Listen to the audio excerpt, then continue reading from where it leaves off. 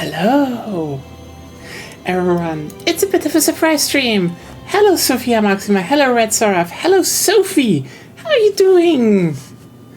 Yeah, it's the launch day of Charters of Commerce in Wiki 3, and we will be playing this fine game on Friday again. As we said before, we were just taking a break, but I just want to try it again today because I suck. And I want to learn the new mechanics, and then I thought, Agonia is still bedridden. I, have an evening. Let's just make a stream. And so you can be with us as we, achieve the ultimate goal of Victoria 3. Turning the world from having no trains into a world full of trains, obviously. But yeah, we're in 1.9. Game version Lady Grey. Good tea. Actually, very good tea. Yeah, new game. So, obviously, this is like the main thing you want to do in Wiki 3, trains. They actually updated trains so that they now automatically now build better. So, the private building queue was already able to build trains, but I think before it prioritized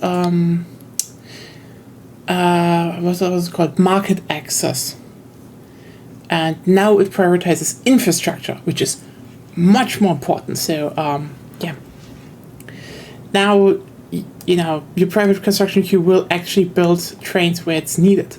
So yeah, basically, I don't think there were many big changes to the map again.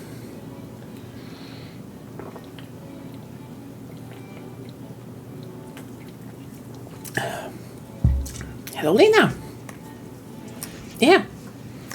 Doing a bit of... Let's learn the mechanics a little bit. Yeah, nothing new, I would say. Did they change anything here? No. Anyway, we're gonna play France because I will play France on Friday, and I want to be a bit better at France. So... yeah, time for France. Hello, Zep. The whole gang is here.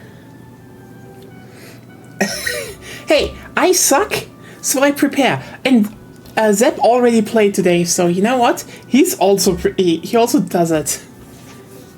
And he's better than me, so be more afraid of Zep than me. There. I'm not muted. Wait. No, not muted. Nothing's muted. Am I muted? Oh, I'm not muted. But yeah, friends, we are elevating Le Baguettes. Honestly, I do hope, maybe it's your controller. No, not plugged in. Okay. So everything seems to be fine. Okay, everything seems to be fine. Just something. Wait for confirmation from chat. Yeah, chat also said not muted. Okay. Wow. Oh wow. Okay, so we have a lot of new stuff here in France. Obviously, we have the divided monarchists thing, so we still have the Orléans. Okay, who do we want to support actually?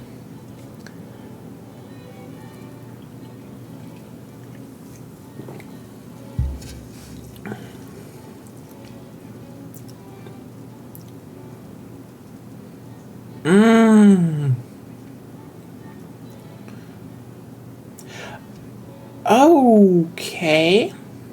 Paris Community of Fast Bonapartes. What do you want me to do?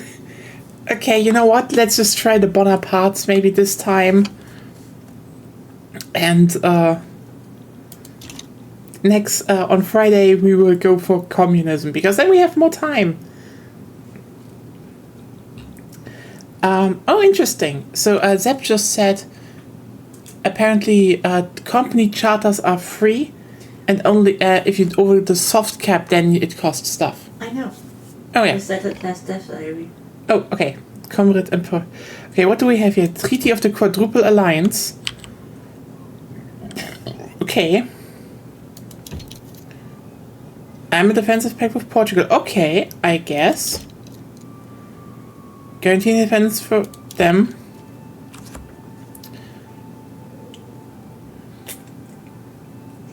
Interesting. That strengthens Egypt a lot. Ah, ouch. Yeah, that sounds a bit.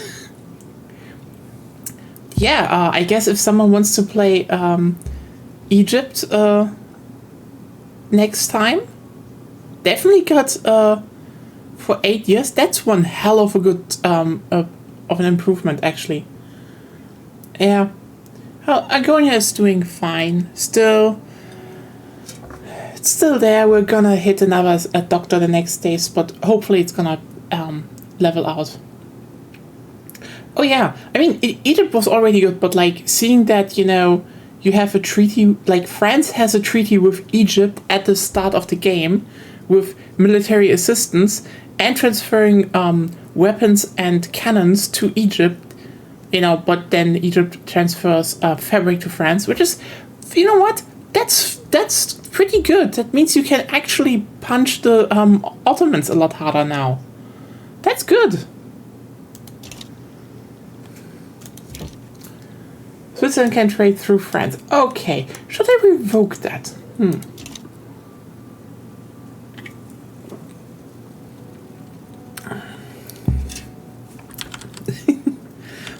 Yes.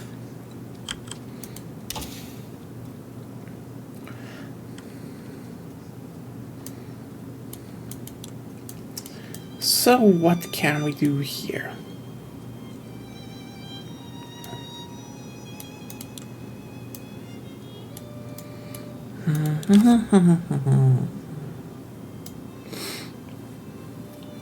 Okay, what should we pick first, actually? Maybe the process isn't bad.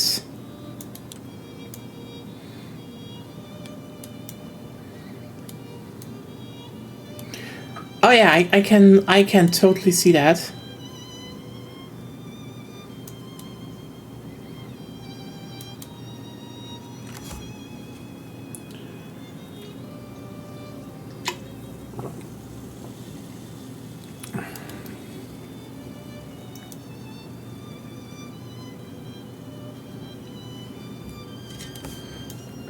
I generally advise you to do that, actually. Like, not bad.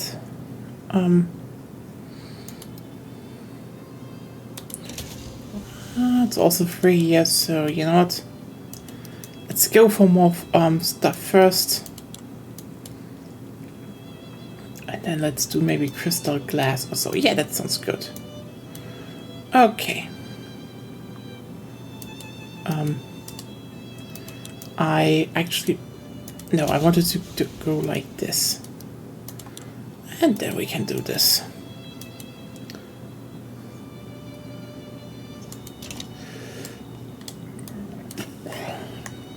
Okay, so what do we have now?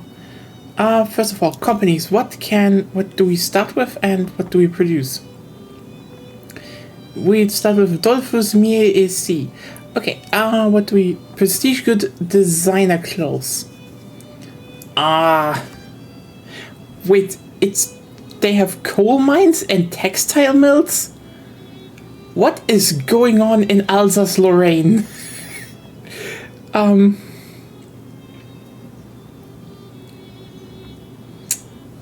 The Great Indian Peninsula Railway.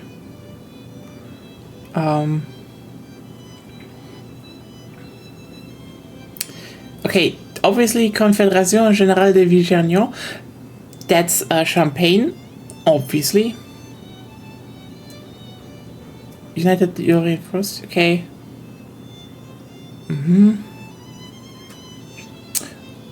Oh, Sea Island Cotton. Lee and Wilson.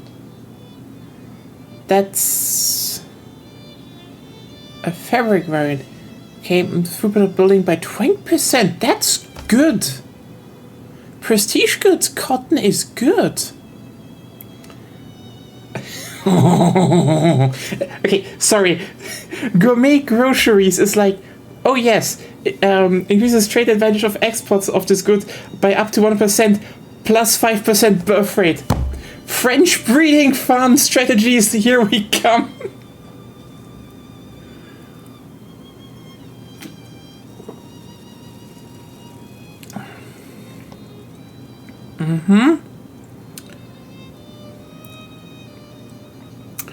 Okay.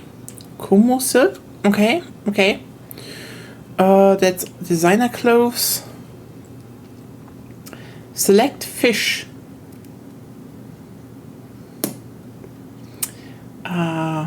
Bentwood furniture. Okay. Yeah, that's furniture.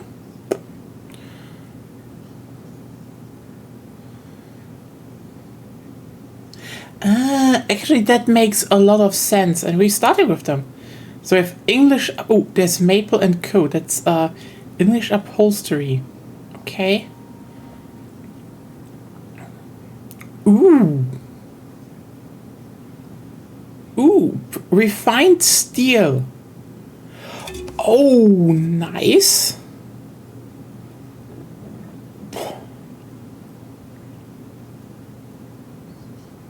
I do like that. Precision tools, yeah.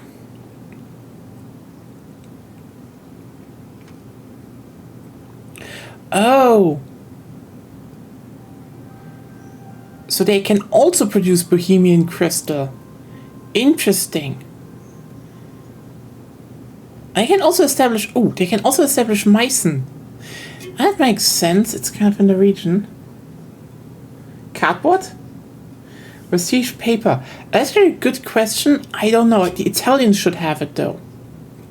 Schneider guns. That's in Bergen. Okay. Interesting. That's actually very interesting that France can also have a bunch of Swiss or German companies. I'm currently going through everything that France can build in terms of companies. And Meißner Porzellan is also a possibility. Yes, it's not locked. Yes, I know. Pretty much never was locked. It's still interesting. A few exceptions. Companies in general are only locked to the state. Interesting. If you establish Meissen as France, it would sit in Languedoc, so in a French province. That's interesting. So they changed it? I guess. Whatever. I think, or something is maybe bugged. Is it unavailable or potential? I am very much sure under attainable companies. Yeah, then, you need probably... Why can I get a... If you conquer them, you get them. Conquer Germany, you can build German companies. What's the problem? Yes, but also I just saw this is 100% a Norwegian or a Norwegian company. Yeah. Why can't I build a Norwegian company in the Rhone? That's You can or you can potentially. It's attainable. So this is like something, if I have a company slot, I can make them. Not really. No. It's weird. Hover over the establishment button and then you should see the conditions.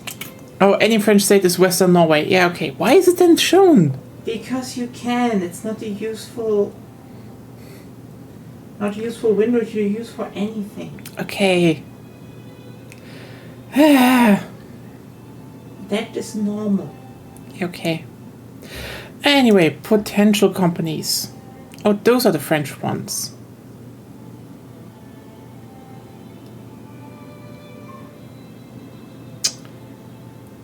Oh, Orient Express. Yeah, that definitely needs the Balkans.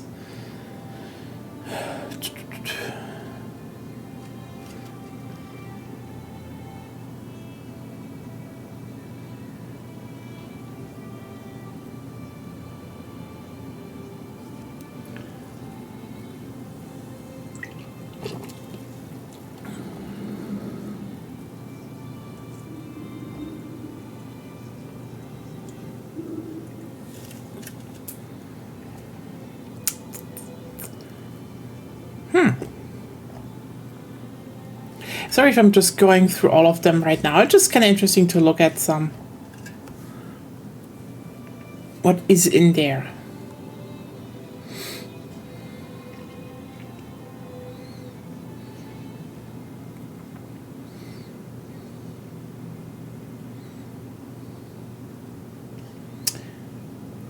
Okay, so Egypt has a prestige fabric company. That's neat. That's good, actually. LKAB has gendered. Oh wait, where's prestige transportation? Oh, the Orient Express. It doesn't have a prestige good though, so it just gives you prestige. But yeah,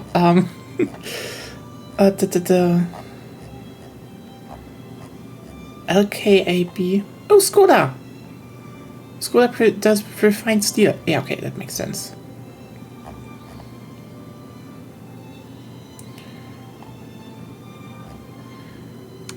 Yeah. Yes. Okay, I am genuinely pissed that Rheinmetall isn't actually producing prestige metal. That is stupid. Rheinmetall doesn't have a prestige good. Yeah, it gets one. As every company. Yeah, but not a generic one. I mean, they usually show what they can produce in the tab, and Rheinmetall doesn't have a prestige good, which is like it should have. I mean, yeah, technically it should be Krupp Steel, but you know what? Let's look at that. But I mean, Rheinmetall is army defense, siege artillery, offensive shrapnel artillery. Funding the German war effort as it always did. Oh, Ericsson makes extra good telephones, obviously.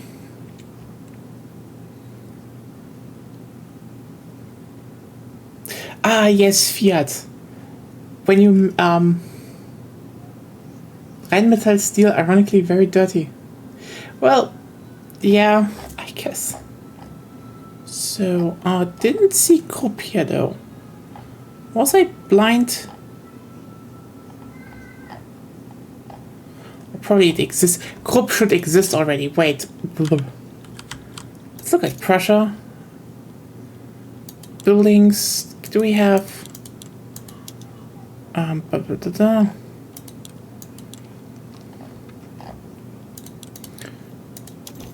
Globally, there it is. Friedrich Krupp already starts, and oh, they're producing the Krupp guns. Okay.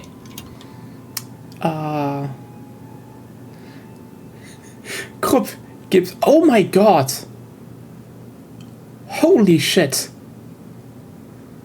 10% kill rate and 10% railway building throughput. Holy shit! Is that a good buff? Fuck. Yeah.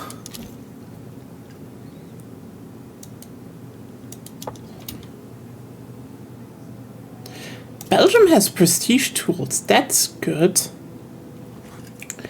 I know why you should definitely bring them back into the fold, Lena.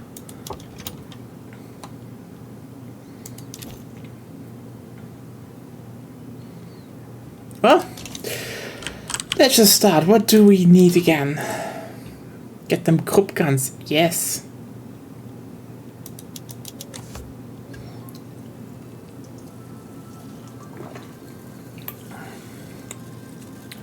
Wooden clothes. Oh, are we looking? Yeah, I'm not gonna change that budget.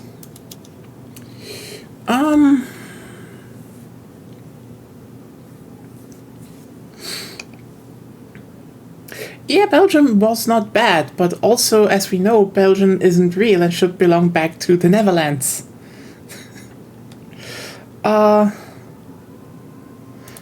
Let's get some influx of cash a little bit.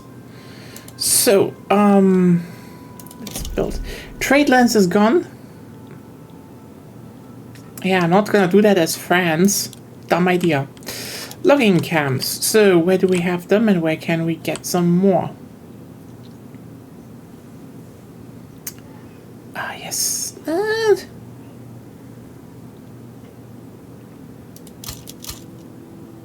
Belgium is a swear word in most intergalactic languages.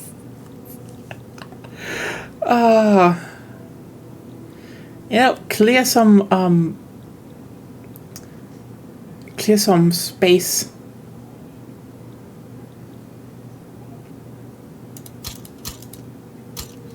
There we go. And let's just see what we can do here. How is our military looking? Do we have a navy? We have a navy. Oh, good navy even. Anyway. Hello.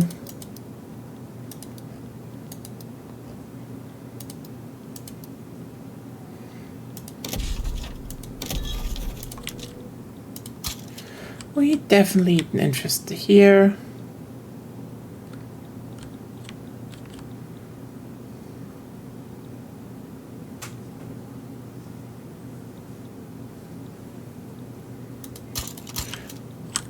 See, you know, if the Ottomans are doing bullshit, and Indochina is definitely something we want to have. And if something is going down in China, we jump in.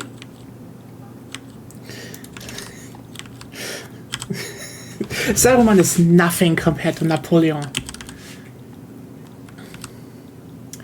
Okay, let's actually just go, I would say. What do we have in terms of law? Wealth voting. Oh, bam, we are doing rather alright. I could go for census suffrage. Do we want to have free trade? Oh, the Orleanist. French interest in Indochina activated. Ho Chi Minh is like that. He's still in Paris. He's still in Paris.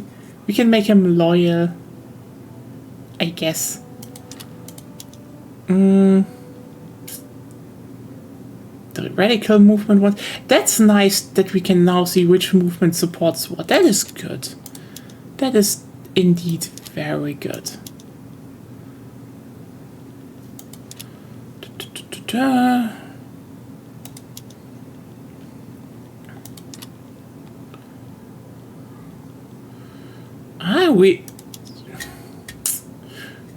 We started very good.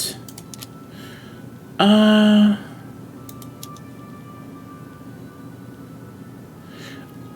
do not want to support the Orleanists, but the Bonapartists love interventionism. I don't want to support the Orleanist movement, but laissez-faire is good. Just saying.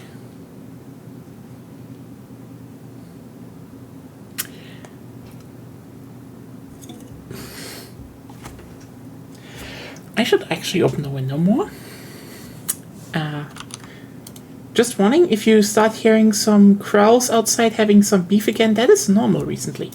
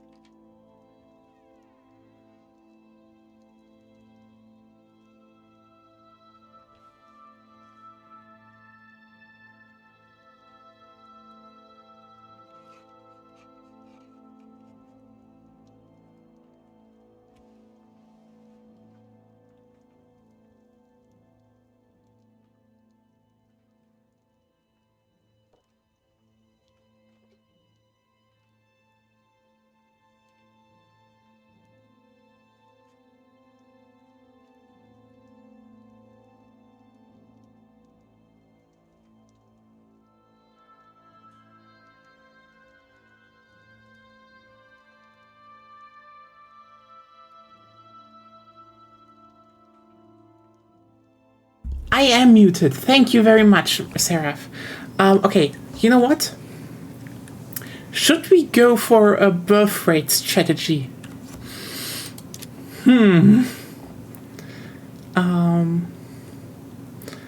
Anyway, no migration controls. That is nice.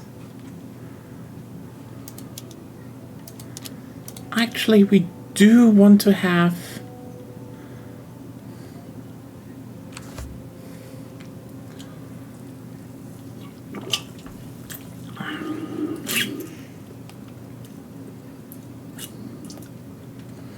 only radicalize the industrialists, but you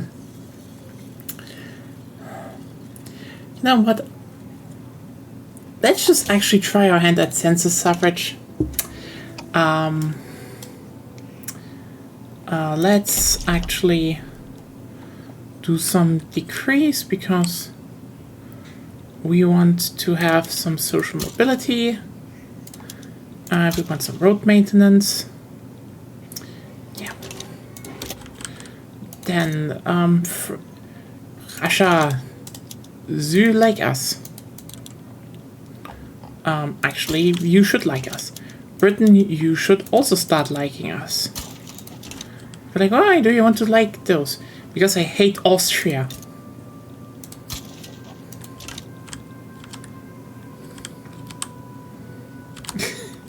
Step 1, force feminize all the men. Step 2, question mark. Step 3, French jury supremacy. It will be very gay.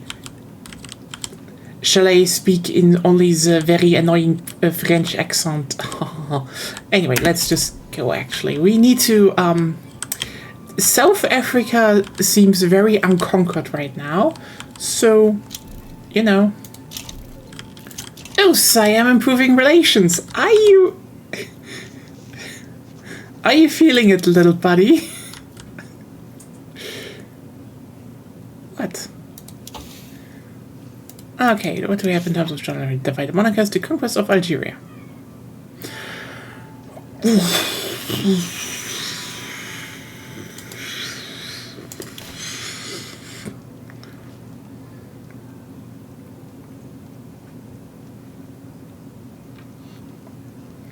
Turn of the Ashes.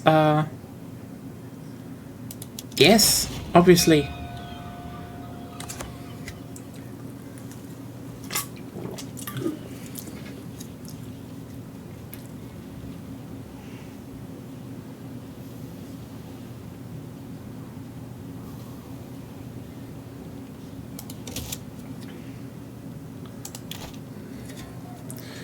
All right. So, hey Gaza. There we go.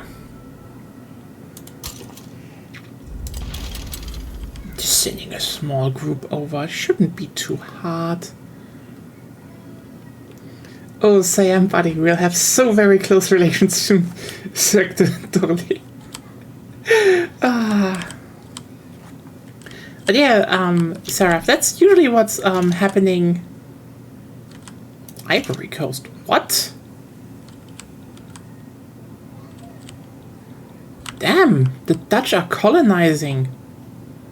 For once. I mean, yes. Do we have some...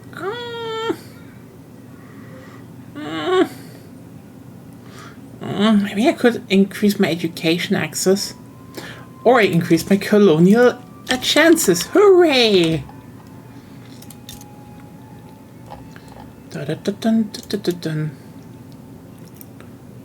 Enforced transit rights.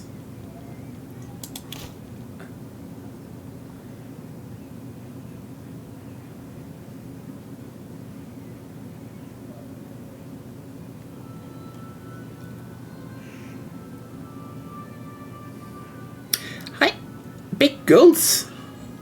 Little one. Big goals.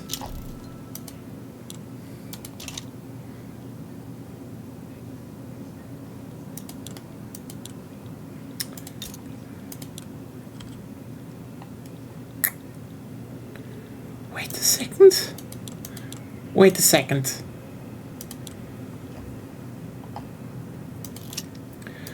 Are you telling me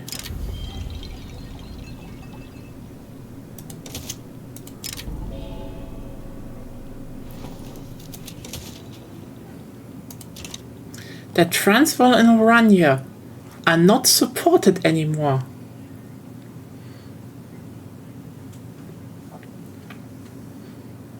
I mean, they have French anyway, so let's.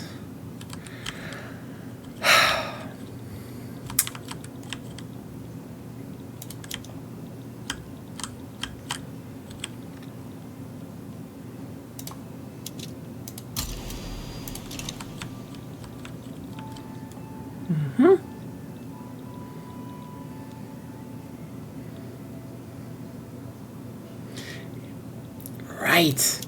I mean, we have to teach them, you know?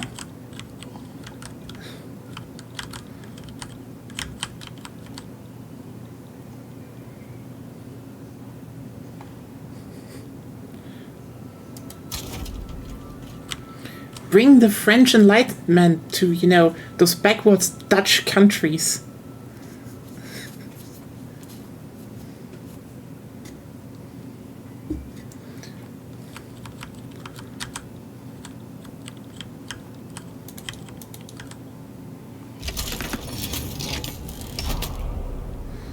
Okay,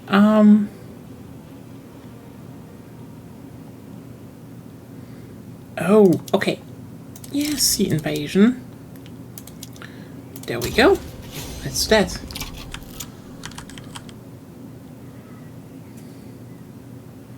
I mean, you know, the African people, those are cultured.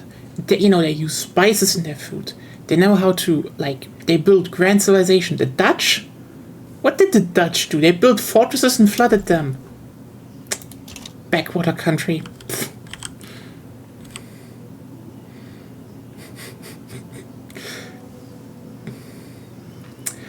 I should stop that.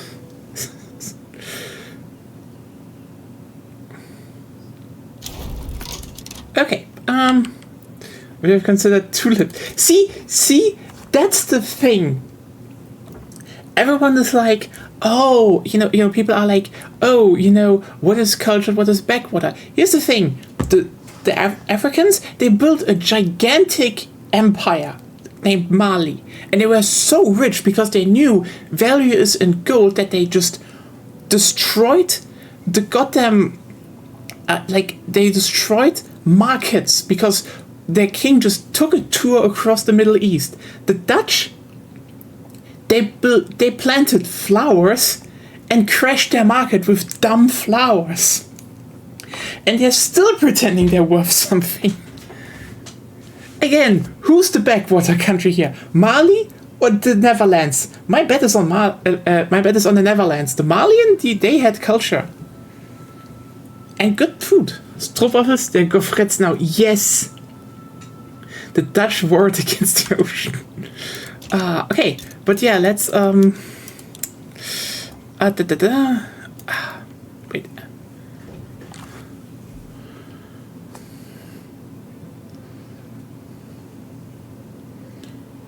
Wait, I can annex?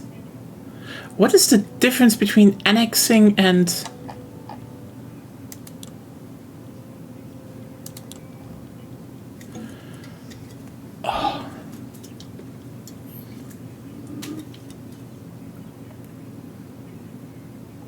Oh, let's try it.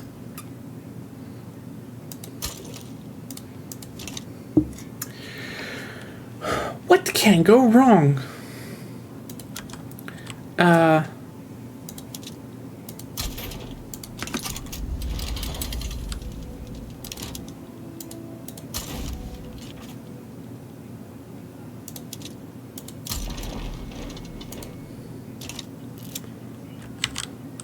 Don't miss Dutch culture. We have Franz Bauer.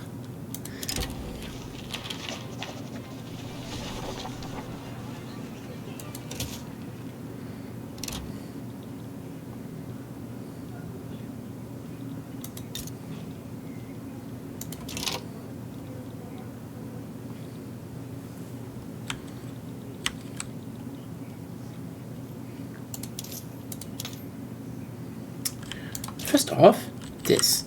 Second, I do want to have a pot. Thank you very much.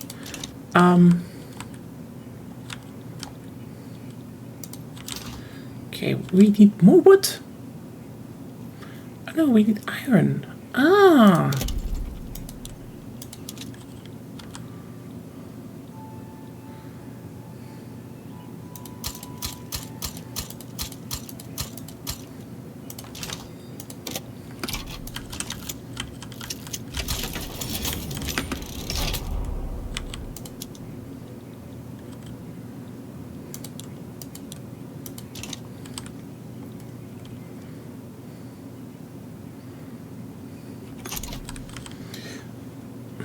Then again, the most stuff I learned about Dutch culture recently, we should declare rivalry.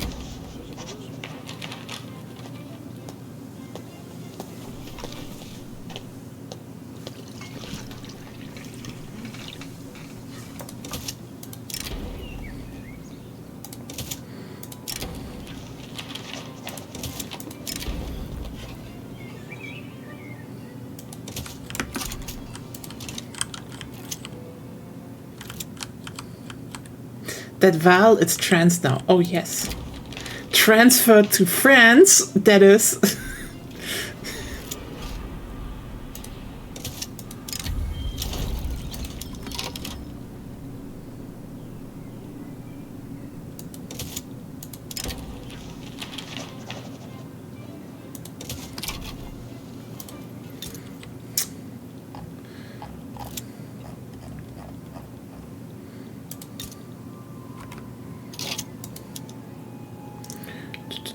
Do we have anything here? No. Okay, wait a second.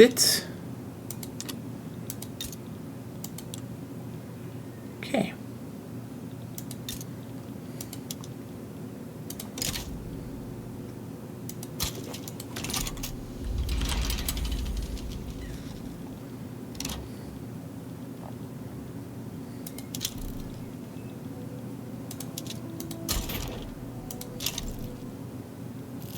And now they side with oh, come on. Oh, oh, really, Britain?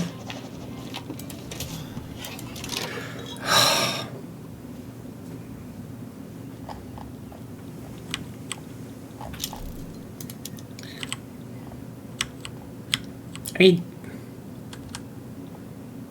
doesn't seem to escalate that much, though.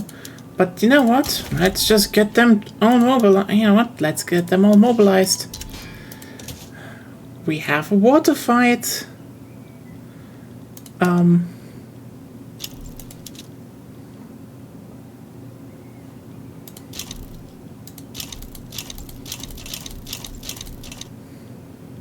They're definitely all siding with us because that is totally what happens.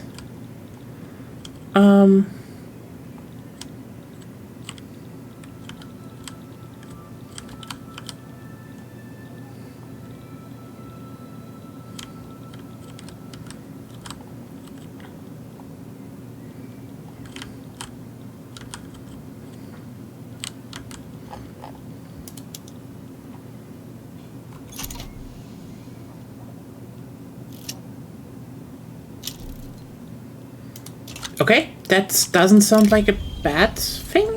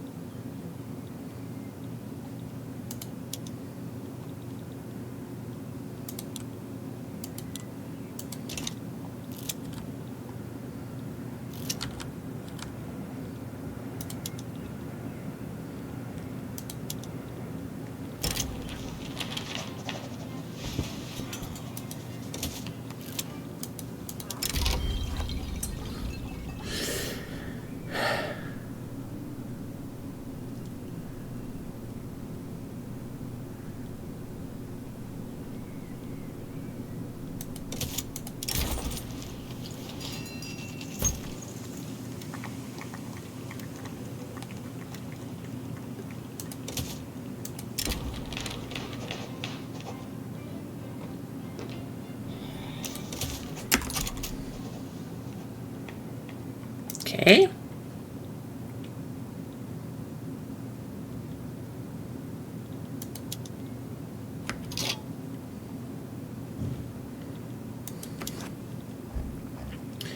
Indian Army is irregular.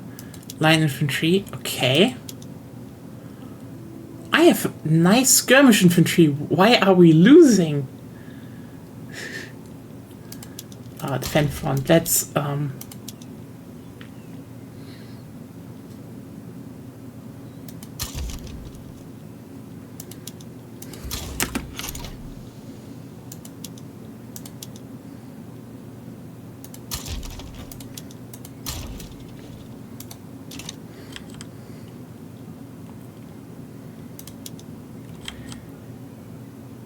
so that was weird.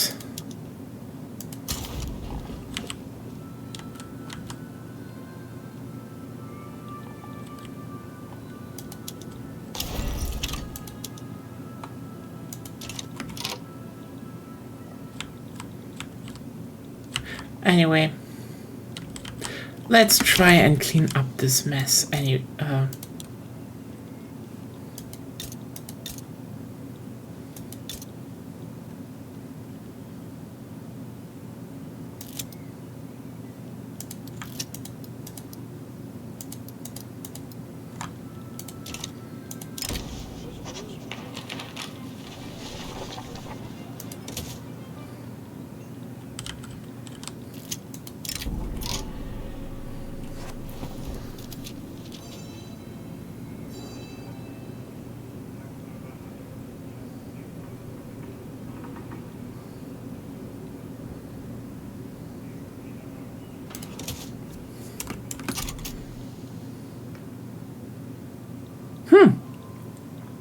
Interesting.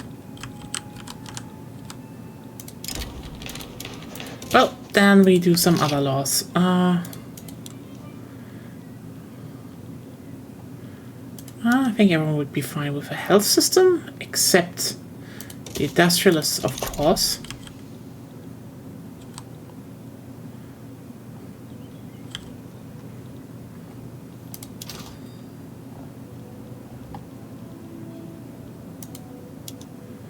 Okay.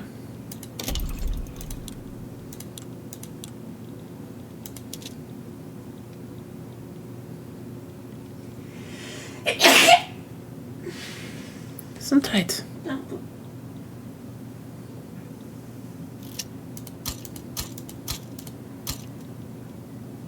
Wait, no. Why am I doing this here? I'm stupid.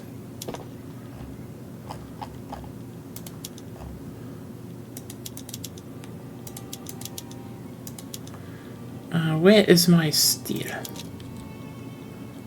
Steel are in... Why is everything in Alsace-Lorraine? So wait, I have iron mines in Comté. Okay. And I have coal mines in Alsace-Lorraine. Actually, why am I not building? Huh.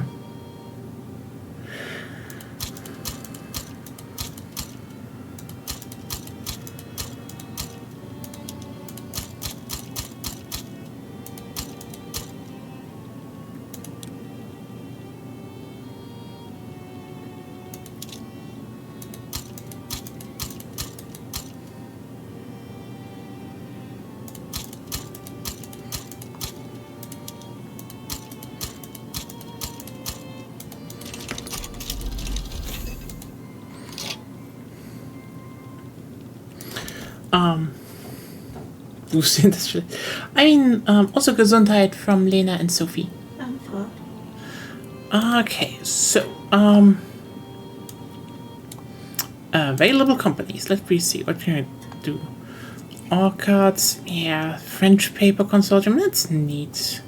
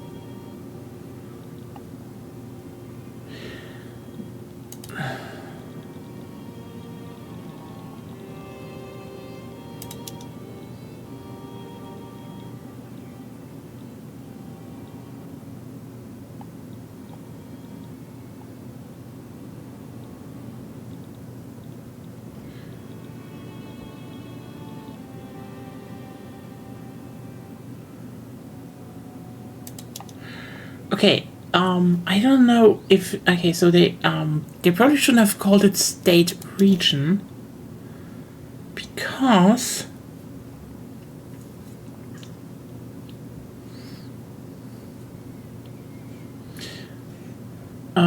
arms industry in Rhone. Actually, that is good. I can build that.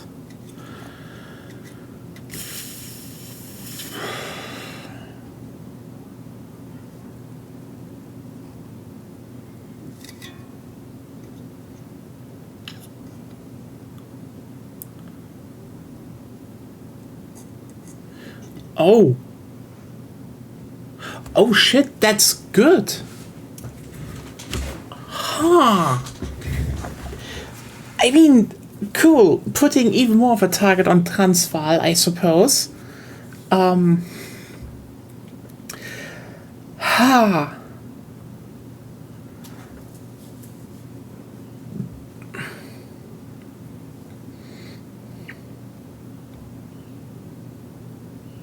Shit, that's a good company. I should almost go for them. Let's just actually...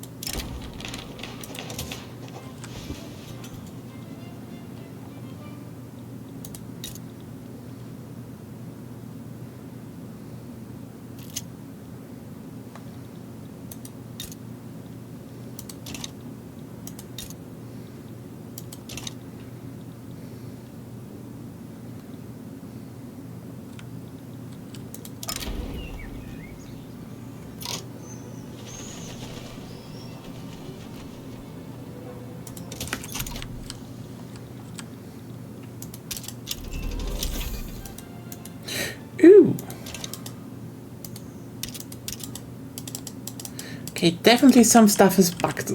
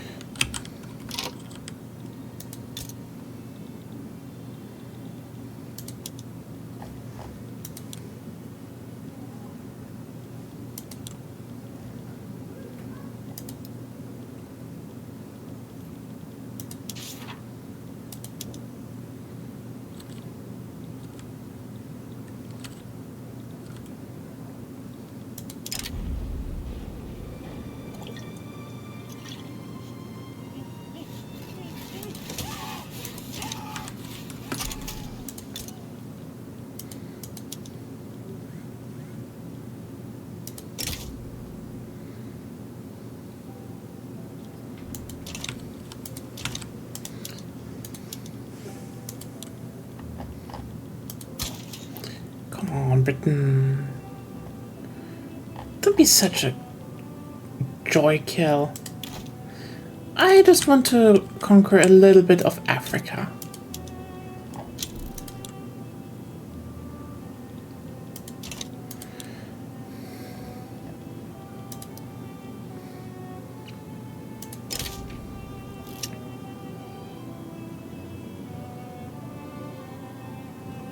Austria would join that one, so...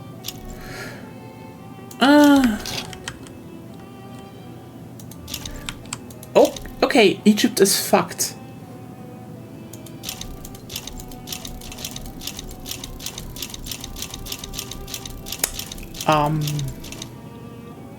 Yeah. Wait, what the fuck is going on there? What the fuck is that?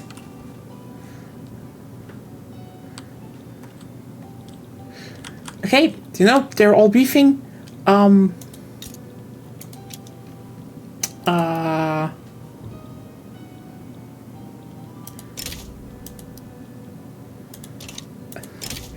Yeah? Good? That's like...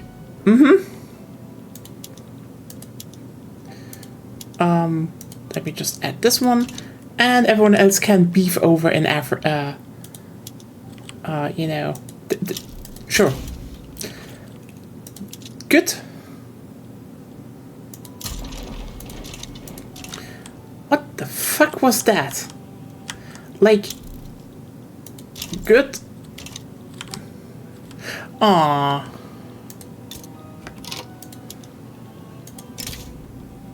I mean, they're still in the big war, so I don't care. I'm just swallowing the rest now.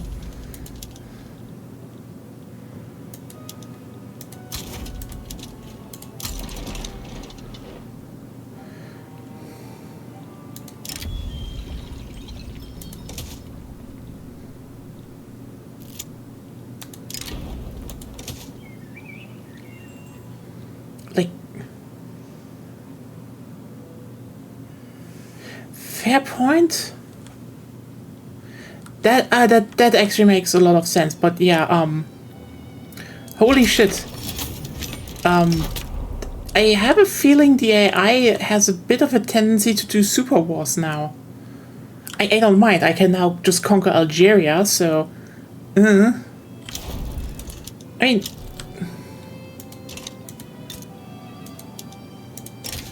Yeah, there we go. And you mobilize, go to the front. And then I just need to wait until Mascara might actually join me. Hooray!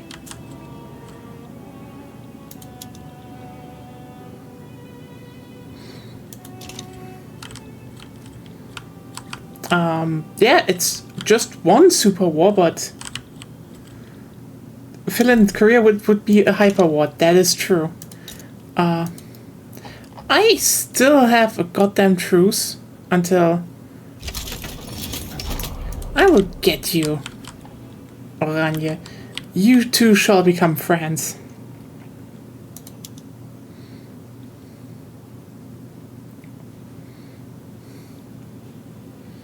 As essential for the Force Fem plans. Yes!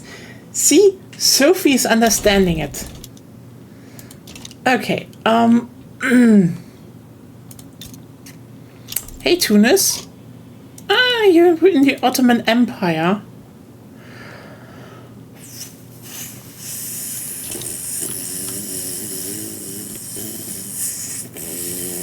I mean, that is currently a bit occupied.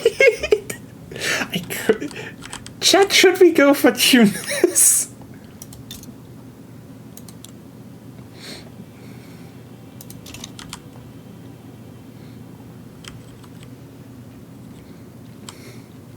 Now that's the question. Should we go for Tunis? But yeah, the annex stuff is actually... Yeah, I should kill. Yeah, you know what? Quite literally occupied. Yeah, you're right. Conquer State Tunisia. Thank you very much. Oh, look at you little Ottomans having to split stuff. I mean...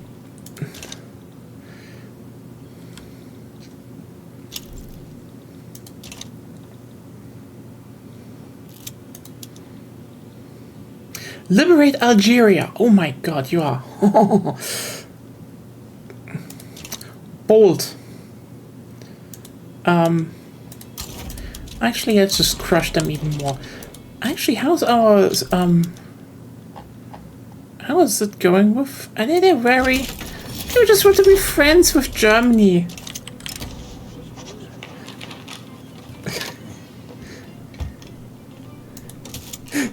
Typed an Ottoman Empire into an Ottoman Empire. I mean, it is a yes. That is true.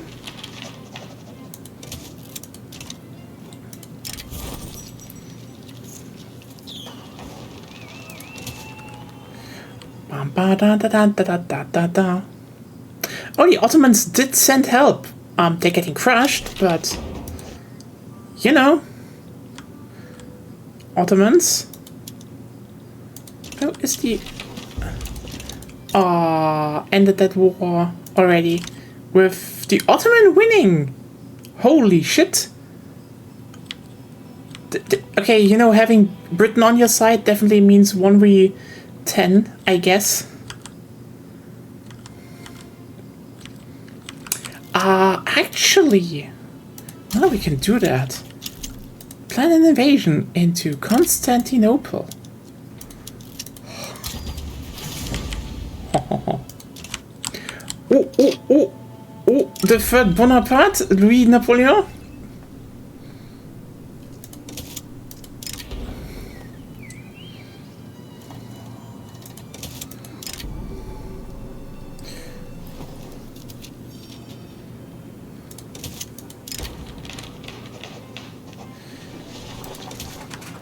Yeah, very magnificent. Did you know what time is it? Why it's Bully the Ottoman Empire time. It is truly Bully the Ottoman Empire time. Braga Agreement. Okay, Portugal receives trade privileges from France. Okay, can march armies through France. Okay, and money.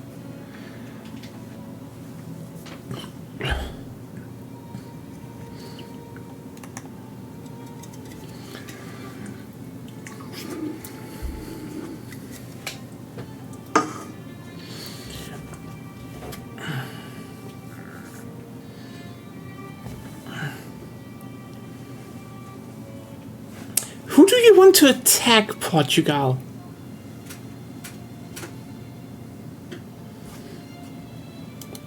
Let's just take this one out. Because everything else,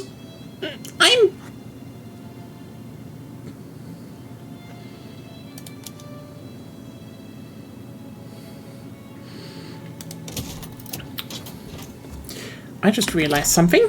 So, yeah. I mean, that sounds good, I guess.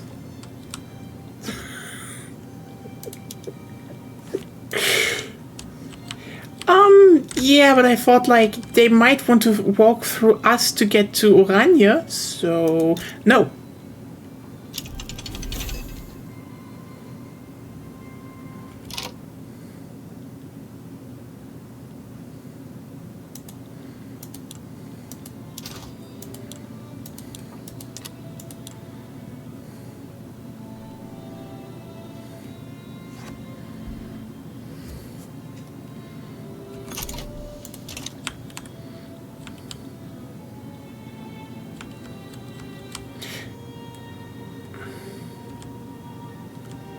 Yeah, but I actually cut everything out that was relevant for them, and I still got the treaty, so... Oh boy, they just have trade privileges. Aw, look at that! France is becoming French!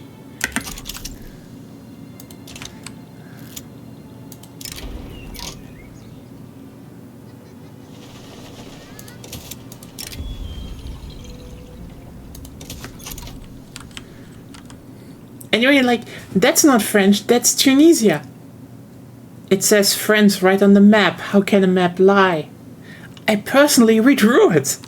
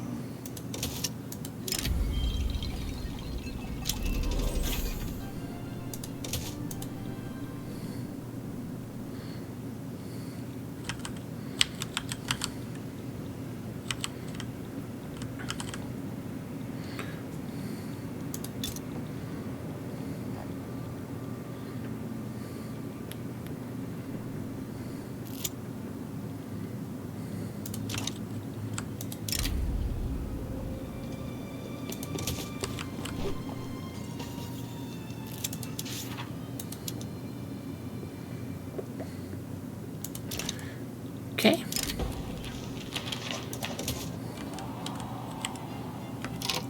Algeria, France would call it Southern France. Indeed.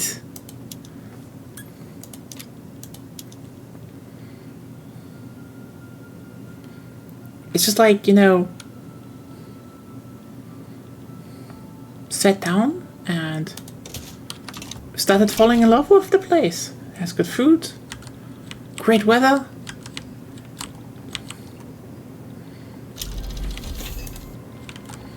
Look, we're even building the railroads.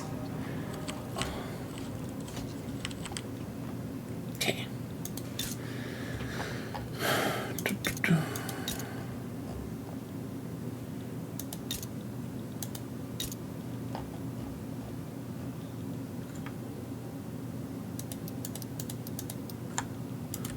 There we go.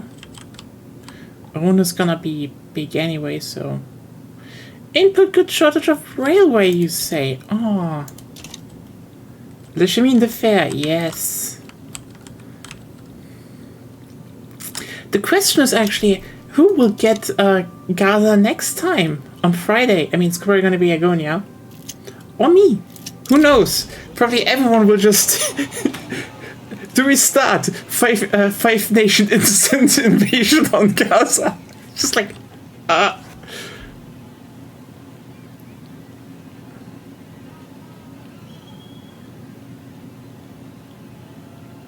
Actually, you know what? Rivalry with Austria.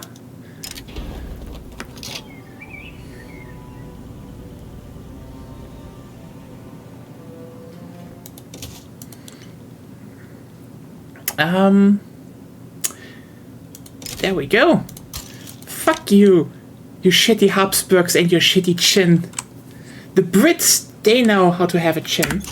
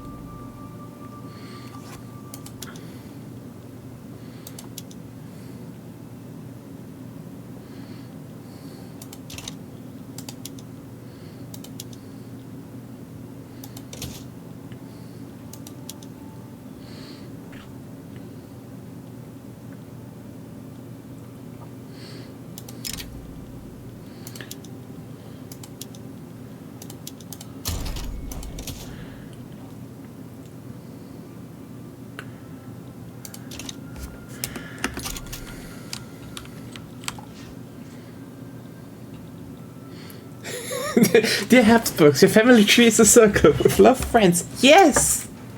Yes, indeed.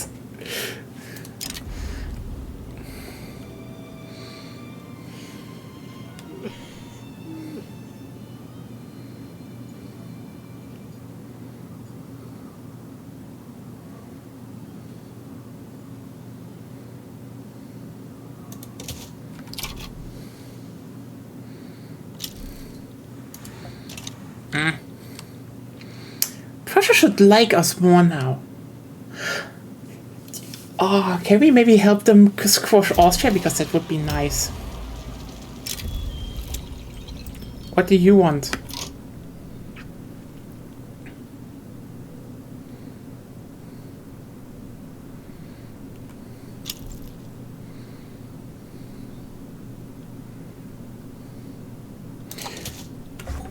Louis Napoleon is our new king. Woo! That's how we like to see it.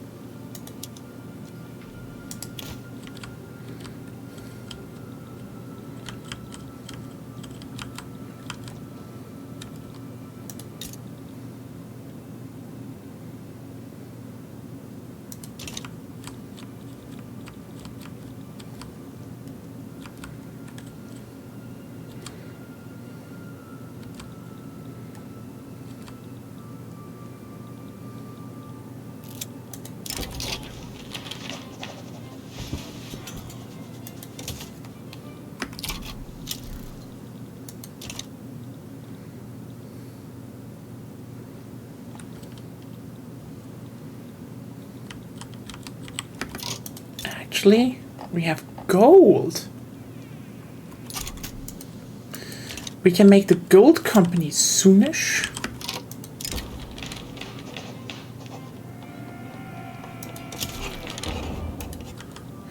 Okay, so laws. What do...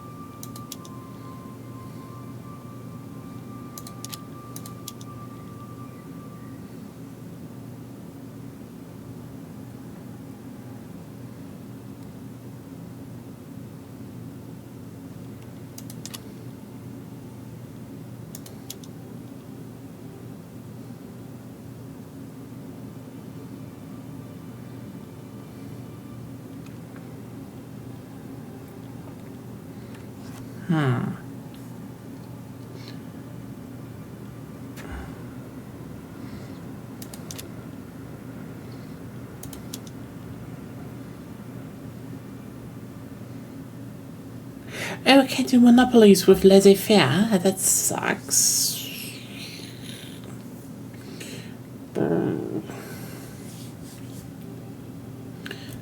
But...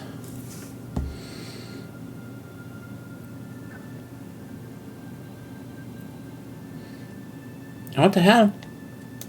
Laissez-faire. Let's get the... yeah, there we go. The revolution is off because the industrialists are happy.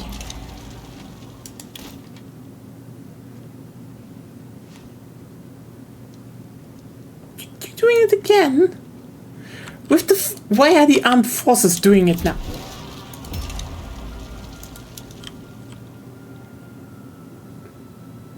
Okay, you are a joke though.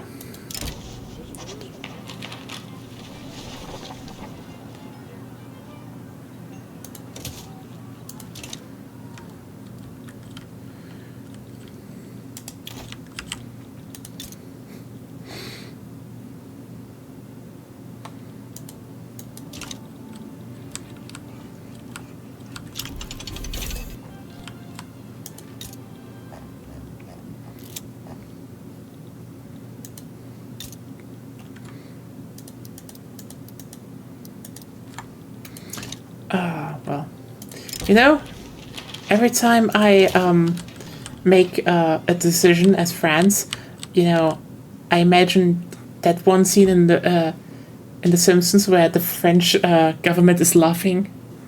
It's just like,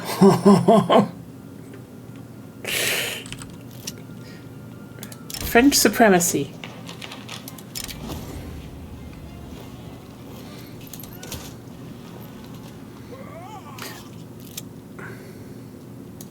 Honestly, this is probably the most interesting thing. I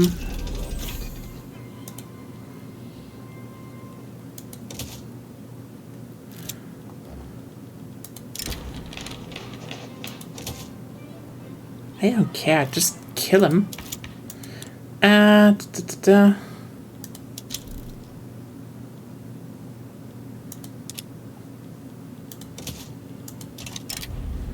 Yep.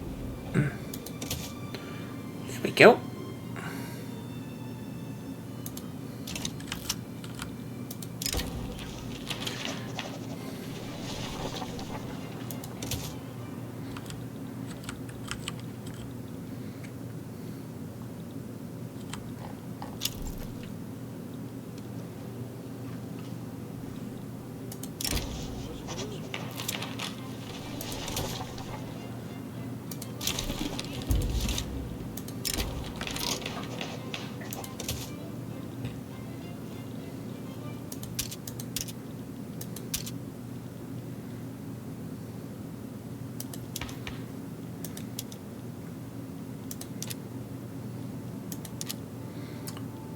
Yeah, nice.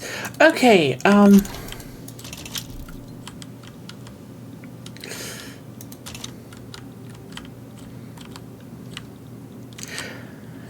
you know, the whole thing about history is written by the winners is always kind of interesting to me, because the whole, I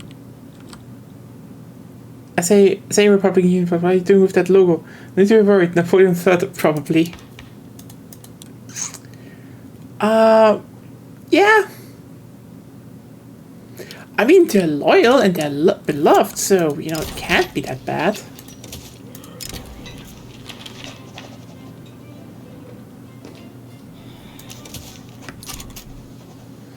No laissez-faire. Ah, no. That is sad.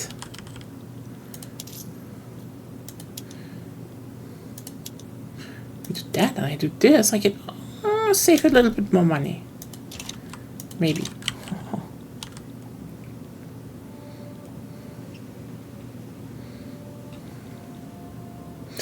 The building sulfur. That is perfect.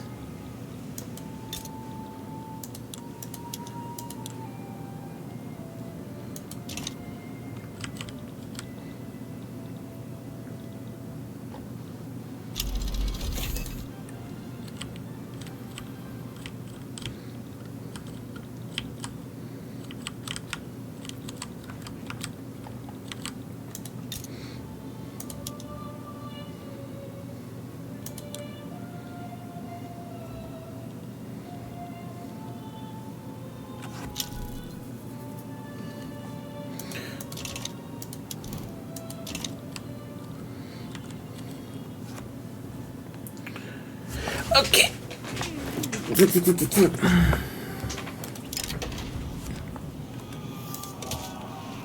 Oh.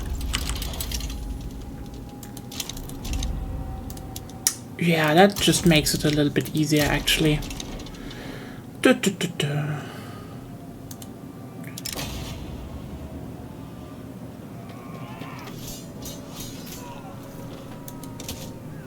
Oh. Wait, that journal entry? Huh. Oh. Who cares? I still own it.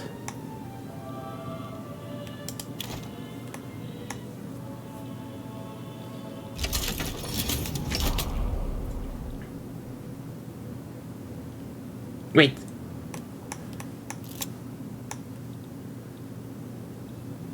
Okay.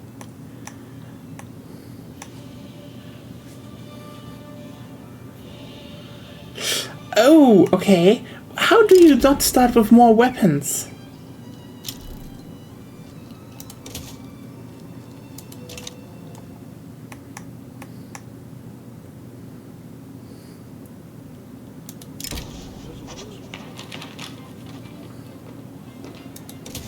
Honestly, they should let it. That they should not let it end on, how's it called?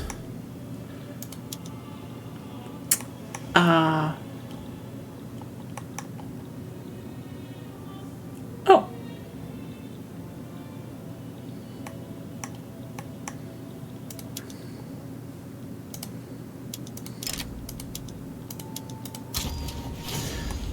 On Outbreak of Revolution, they should make it so that when the revolution is done, you know, if they want, then it should.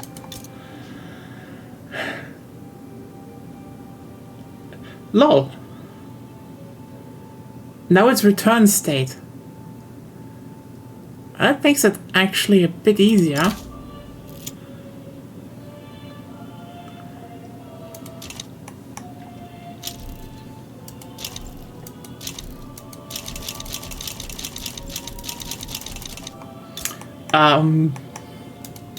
Is it happening again?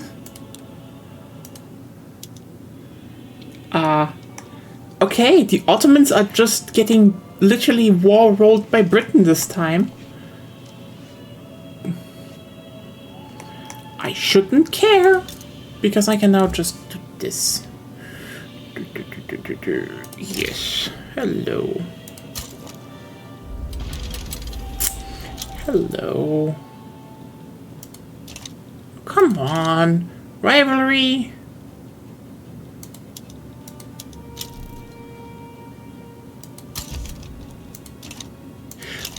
Okay, how the fuck do you...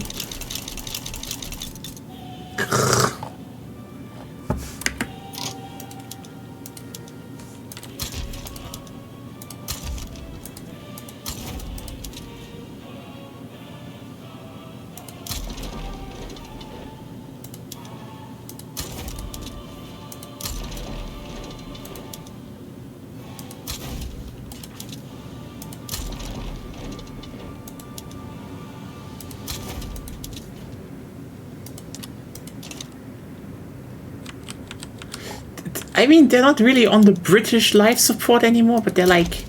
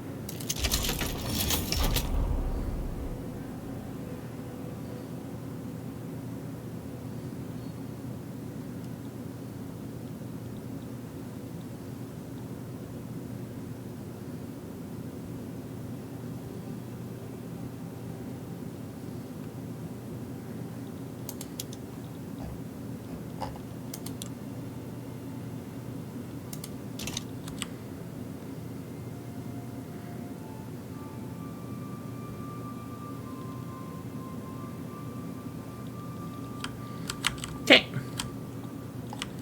Oh no, you... Oh no, you don't.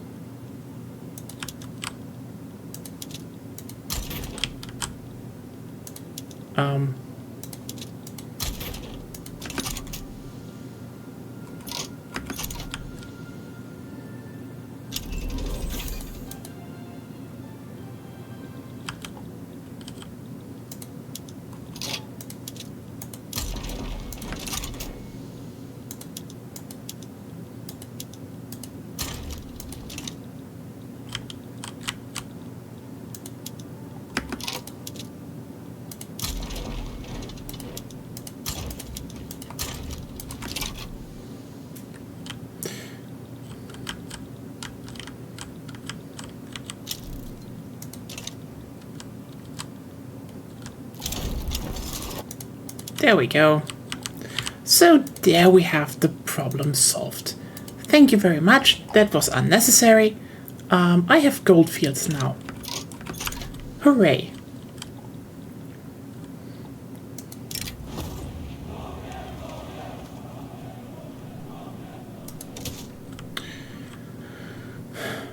Okay, Oran Fabrics, Grain Society of France.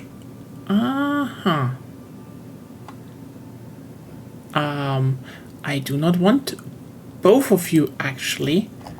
I do not want you.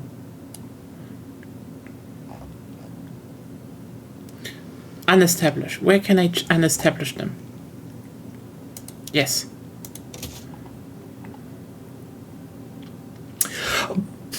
I mean, it's prime meat, so...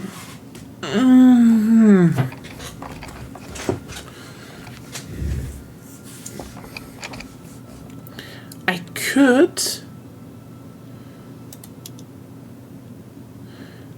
But...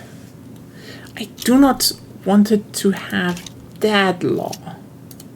So, that company. So, no, I'm not getting you because... Here's the big hon strategy. See, I can actually establish a colony here and here. A bit here. And definitely is a bit here. So, you know, that's just normal. You know, France has some colonies. We all know that. Not the biggest problem. However, okay. We need to do something else then.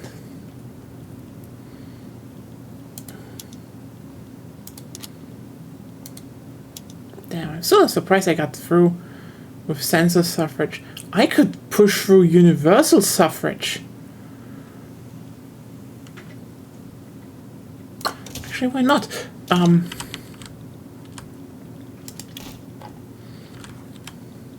So, the thing is, with France, I don't want to get my infamy down again, because I did a bit of conquering here and there. The company I want to go for, and you can definitely guess it, is...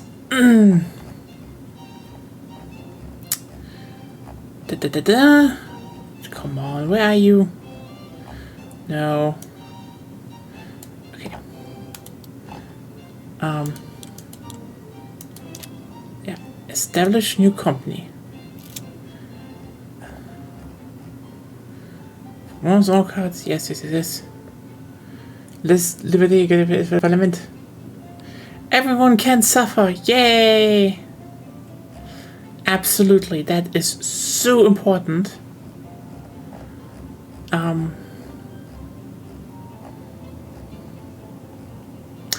The bears.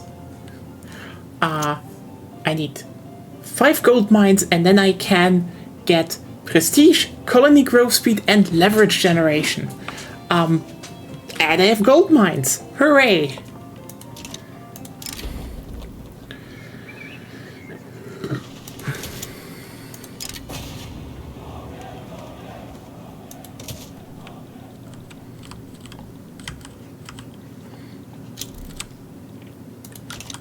Nice, it's already in drafting.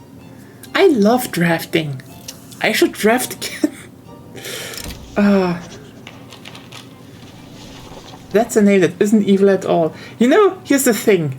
I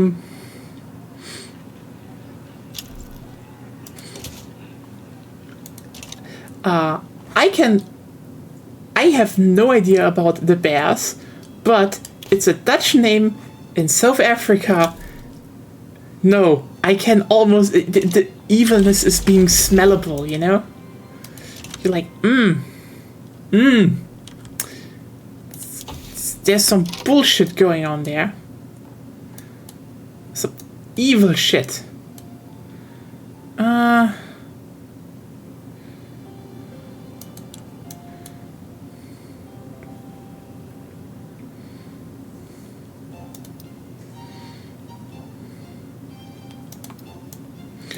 Yeah, let's get this stuff done.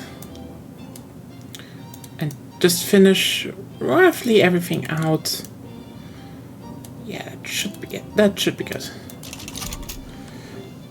This after that they operate diamond mines. Oh! How lovely. It's Elon's grandparents. Spiritual grandparents. Gold depleted in Vriestad. What do you mean, gold depleted in Vriestad? There's no depleted gold in Vriestad. There's just more digging in Vriestad.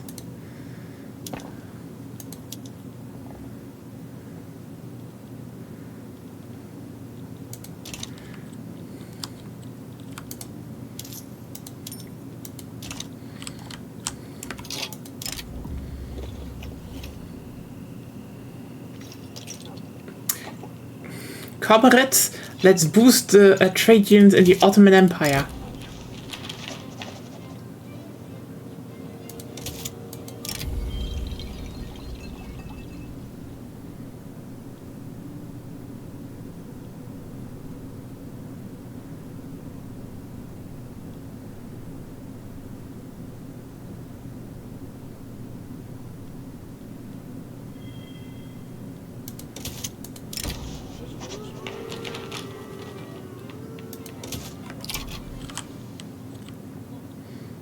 Oh, those people. Yeah, that was a good con. I mean, it's almost as good, it was almost as good as, I mean, the thing is, though, it's not wedding rings. No, it's stupider.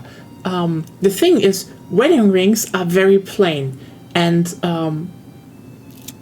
probably need to use a knot. But like, here's the thing: if you go into if you're getting married in Germany or so, a wedding ring is a very simple, basically just a gold ring. Like, they are simple. That's the point of a wedding ring.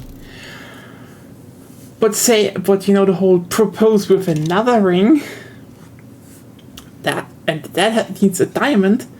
Oh yeah, guess where that came from? Double dip on the ring business.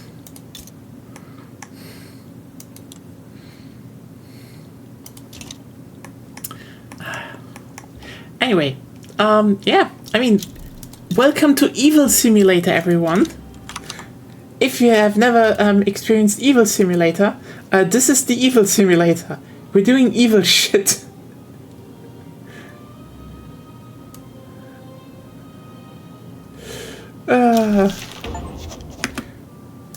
Nice. Oh god, you know what? For the first time in a long time, I actually got an achievement again. I totally forgot that when you get them playing single player, which is stupid. They should also work multiplayer. Just saying. Because, oh hey, someone that plays 99.9% multiplayer. I want to, yeah, because I barely got stuff. I just got, how's it called? Vox Populi, pass a law with the support of an agitator. Woo! Only 38% of players have that. Only 10% have serfs up. What the fuck?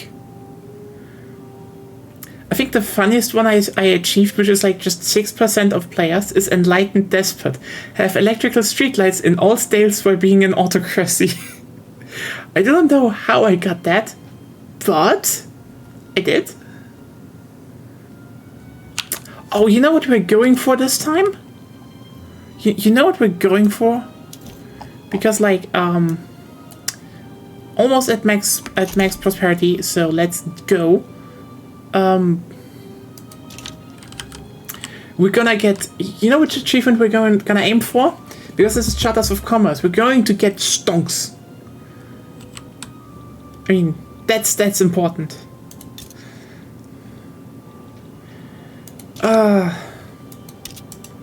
I can already see the time when Agonia plays again and probably just gets all quiet on the Western Front.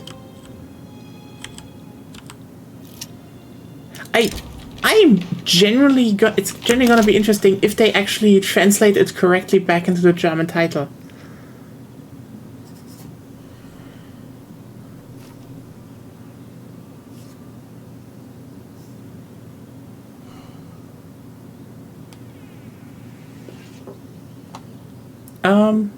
Yeah.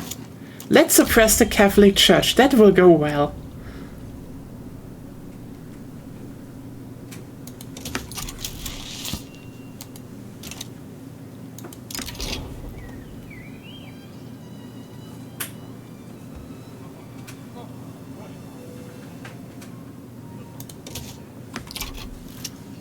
The Despot of Berlin.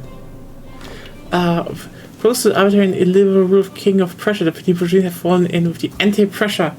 Okay, so wait, why is the illiberal rule of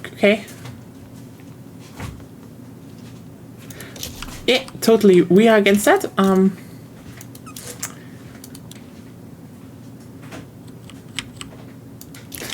Totally. For the German title, it's more bleak. The German title is just on point. Because that's the thing. There's a lot of stuff in German language that is still referring that, like, okay, so everyone who doesn't know, All Quiet on the Western Front in German is called Im Westen nichts Neues. So basically, nothing new in the West. Which you need to keep in mind, this is a book that plays in 1970 to 1918, I think. And it's literally, the title literally is just about, it's the same, but the same is the absolute horrors of war. So yeah, it's bleak. There's also stuff that actually kept, like for example, how's it called?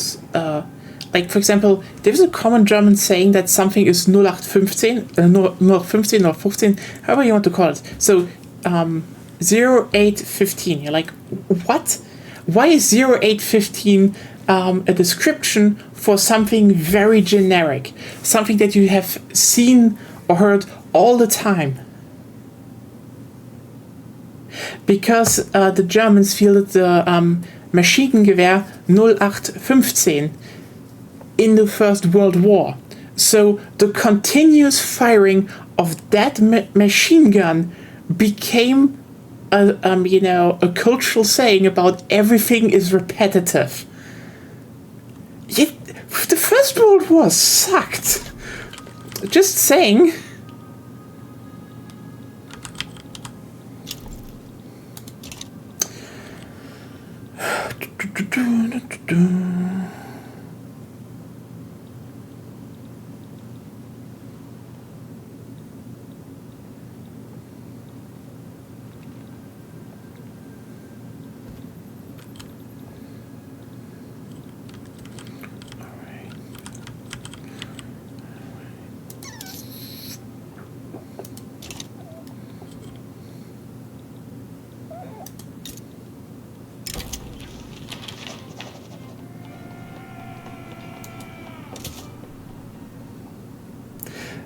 Truly a language of poets and thinkers. I mean, we are, I'd say.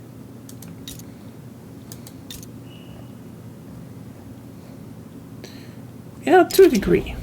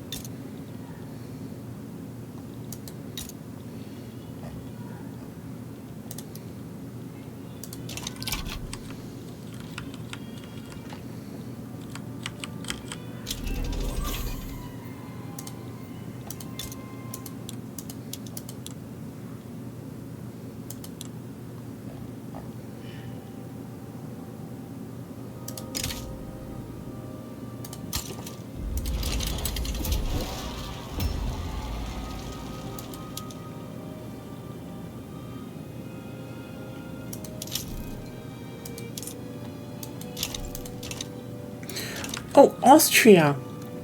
You want beef? You want beef, little Austria? Oh, I'm giving you beef.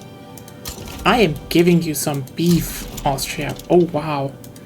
You are getting your ass whooped, Austria.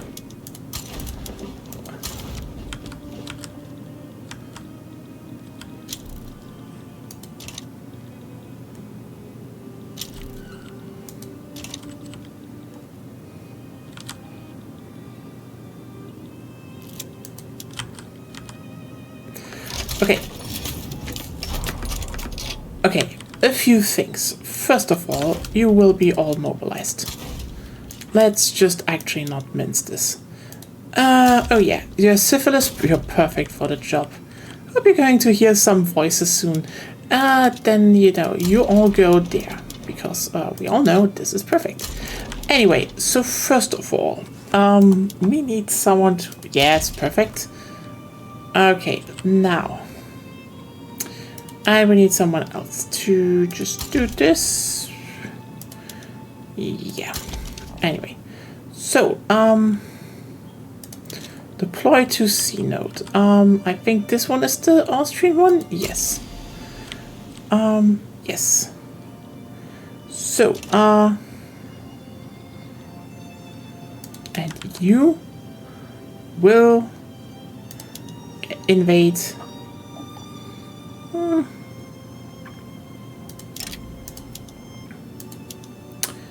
Yeah, that's true. Let's do that. Da-da-da.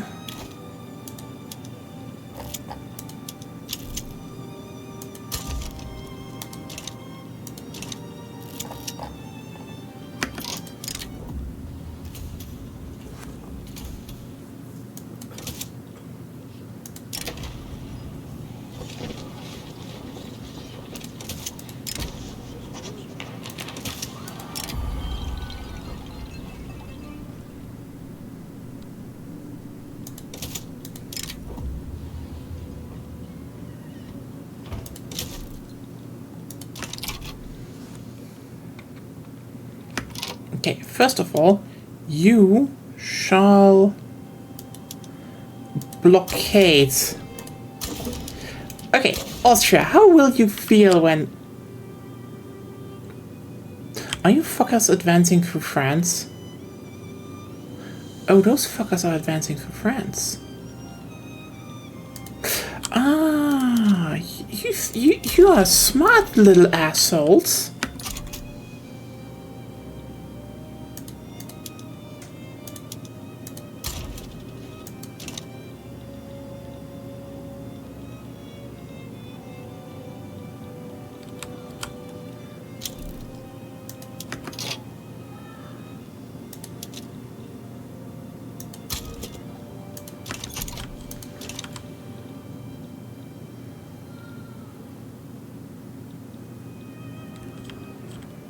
Okay.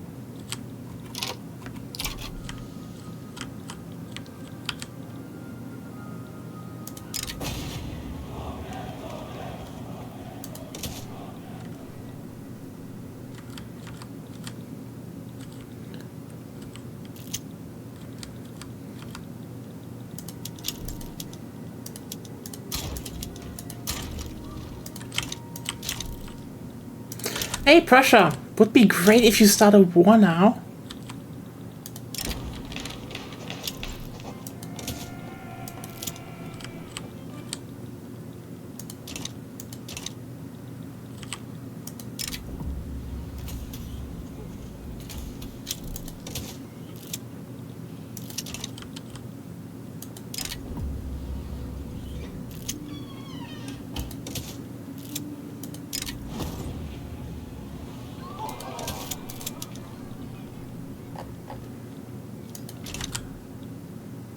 Okay, this isn't working.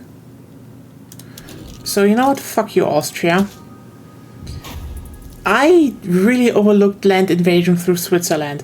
That was a majestic move, but fuck you.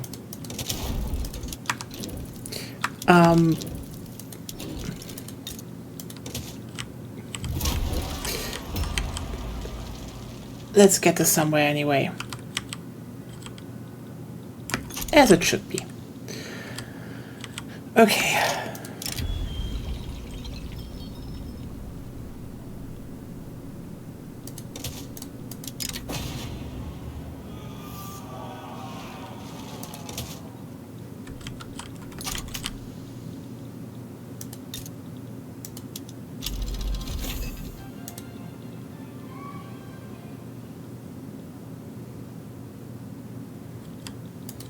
Okay, yeah, you really need to be way more aware of land invasions. I didn't expect them to have a treaty with them.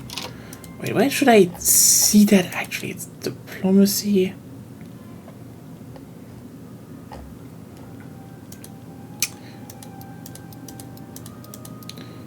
Actually, they didn't have a treaty. So how the fuck did were they able to make a land invasion?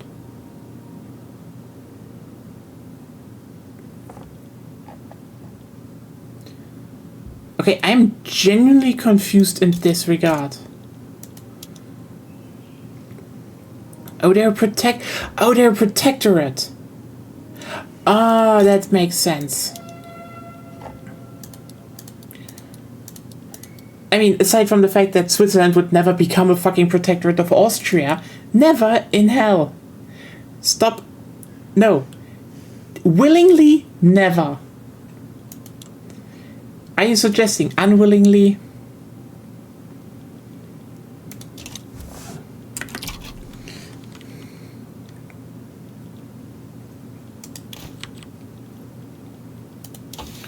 Okay.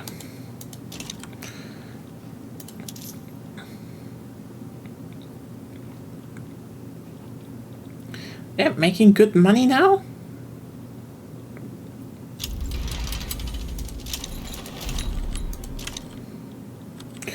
Oh no, not an uprising.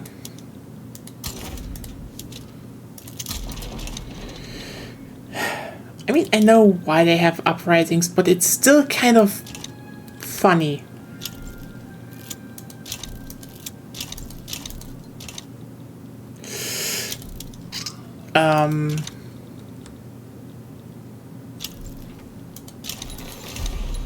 Yeah, so the Ottoman Empire gets completely broken.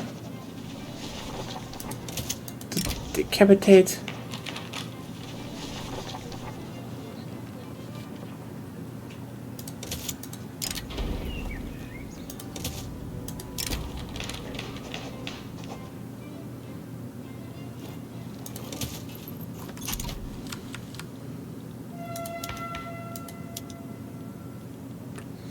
Honk.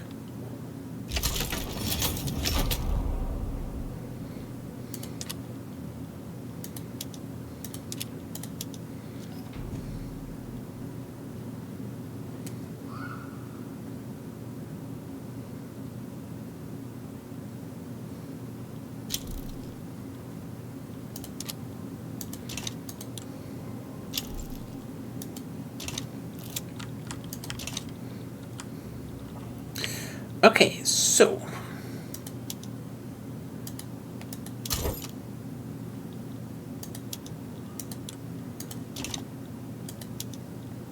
that explains it.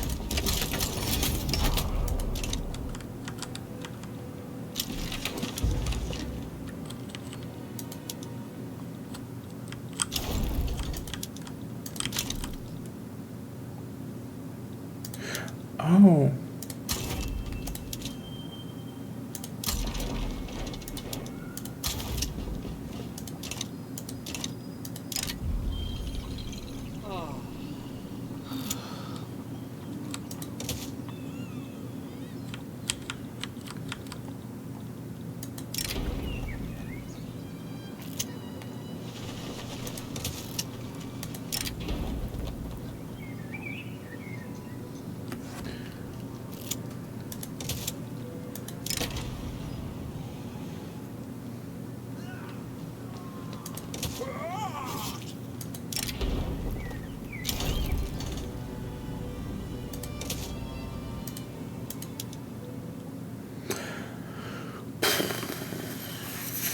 Yeah.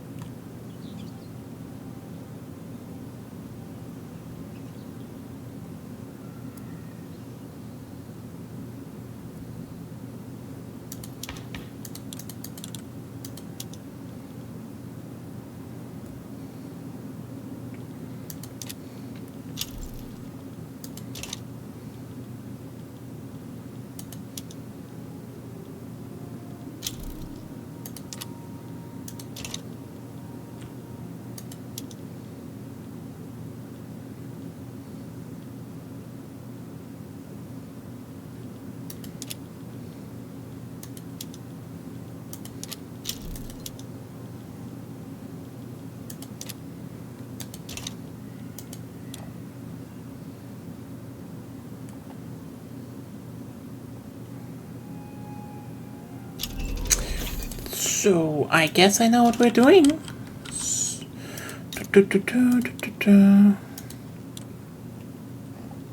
This is totally, absolutely professional play here.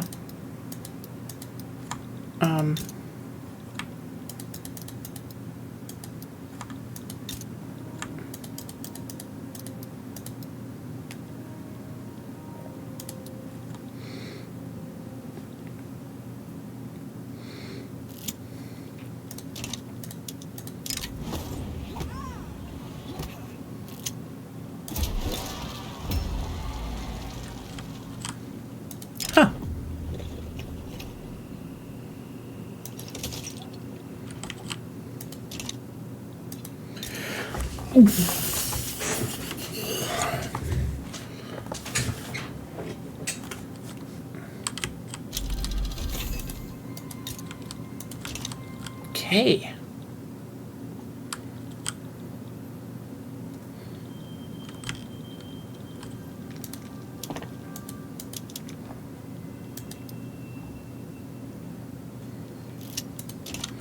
See, what I'm doing right now is called a pro-democracy move. I'm getting my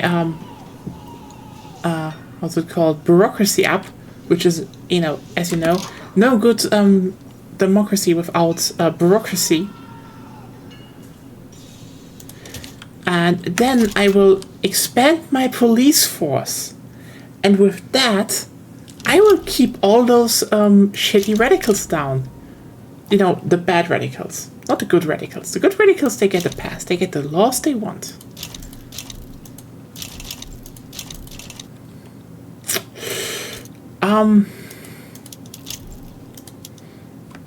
I'm sorry. How the fuck do they... Oh, okay. I think something is broken in the AI right now. Because, I swear, when the Ottomans fight against Egypt and, here's the thing.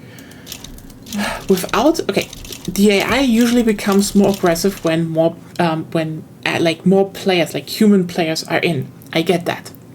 Because, when we have 5 people, usually we control the AI. But we had Ottomans fighting against Egypt, and what happened? Britain joined the Ottomans, Russia, Austria, and others joined Egypt. So suddenly we had a giant war. Like, right at the start of the game. Usually not a thing. And now, Thucydides has a revolt, and guess what?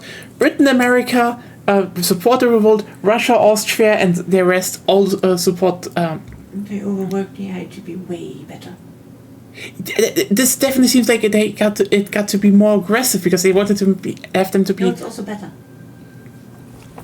I mean, sure, but it's still weird that they start doing giga wars very early on over nothing. Well, they have alliances.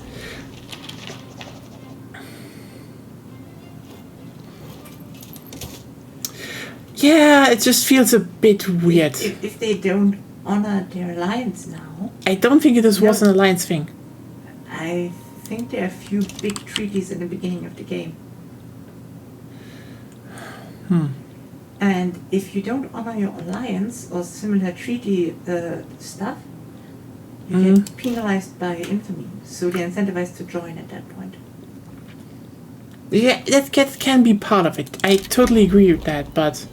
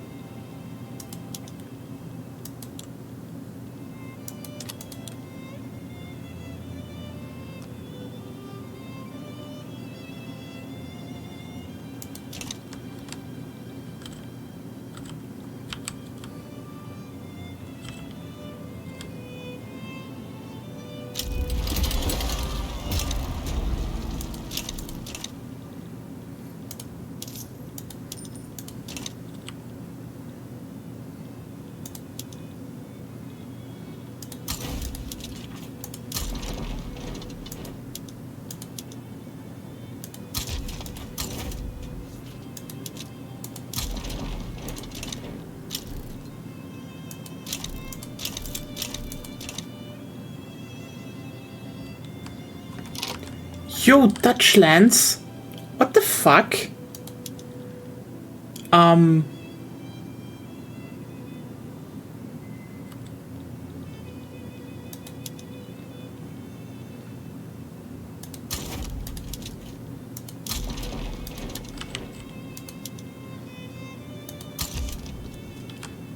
Like, what is that supposed to be?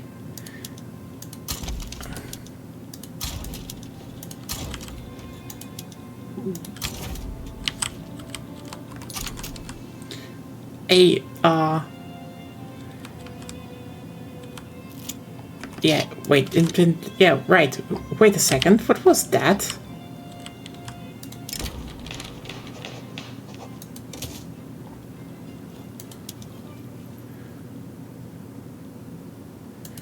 Limburg.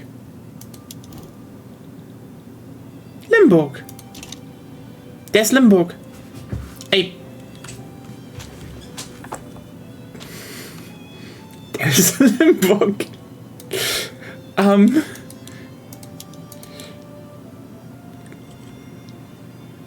They're a personal union to the Netherlands.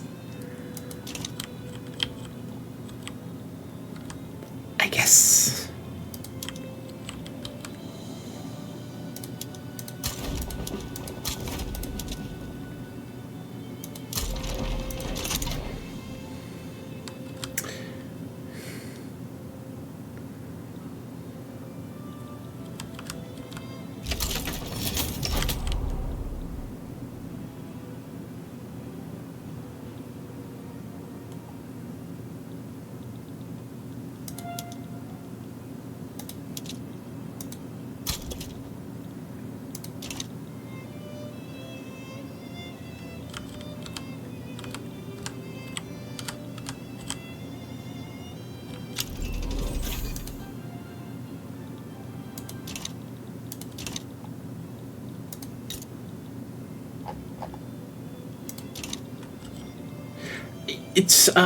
It happened, I guess. Definitely a very interesting development.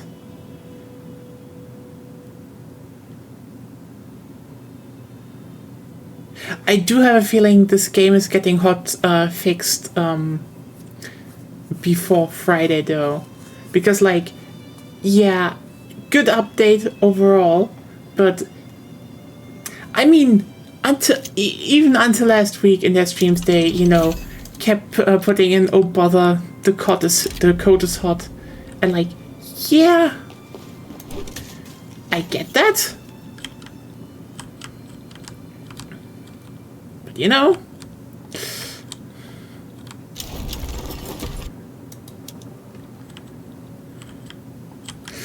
oh, that's that.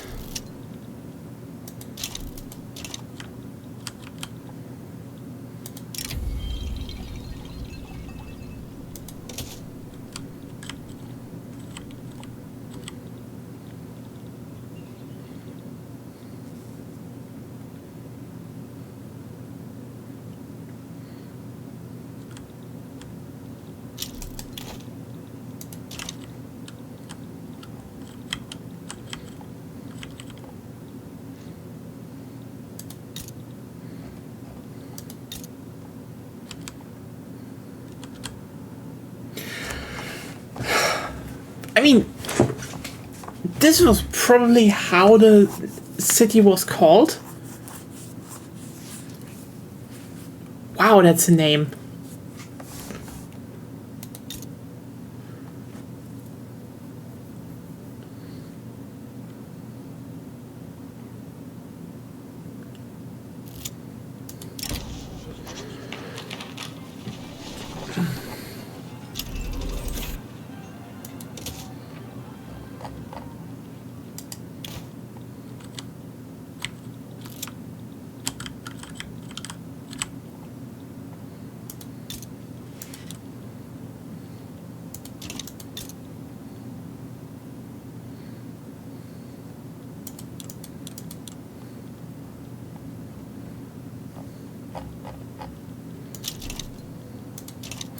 There we go. First of all, less problems with radicals.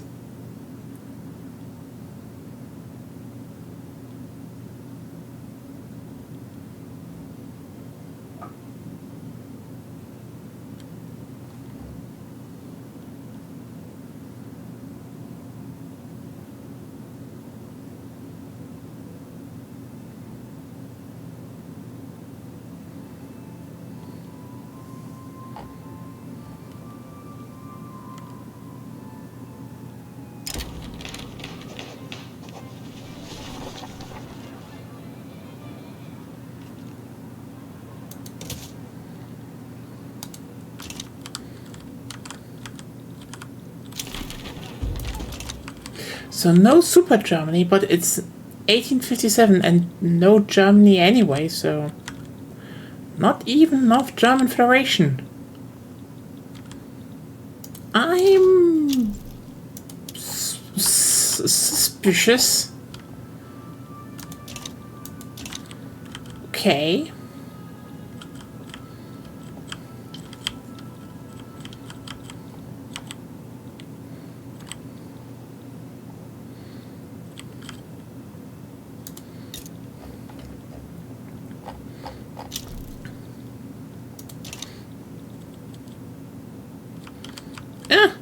The Brits are here. Ooh, Kaffa's doing not bad. See if Ethiopia happens. We'll see.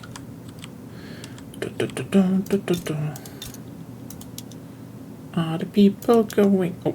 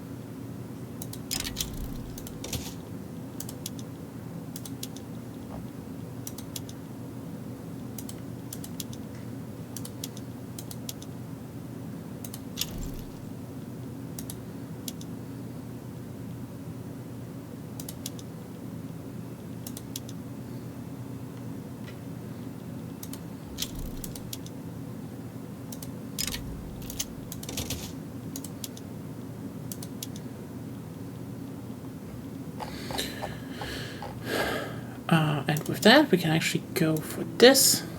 Let's give some lead out.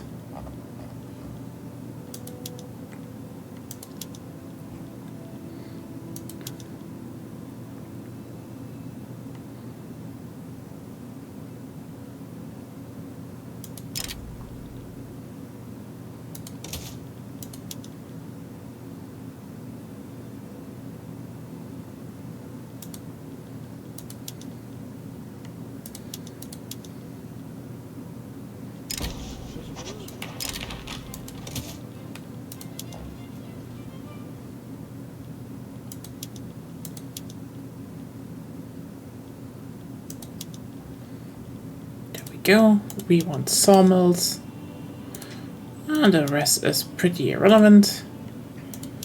Fishing wharves, yes, get the trailers. We want cargo ports actually. Just to be sure, trade centers. Small scale trading or bulk trading?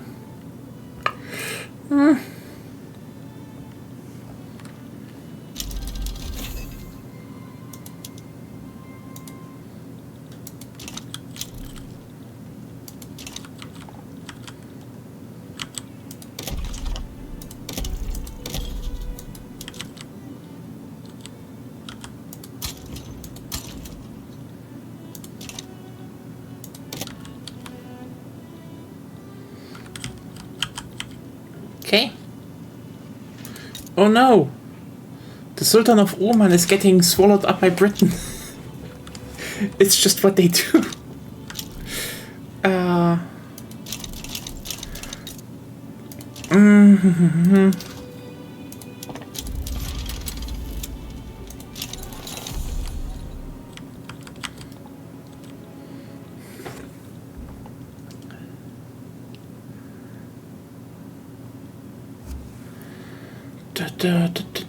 Oh yeah.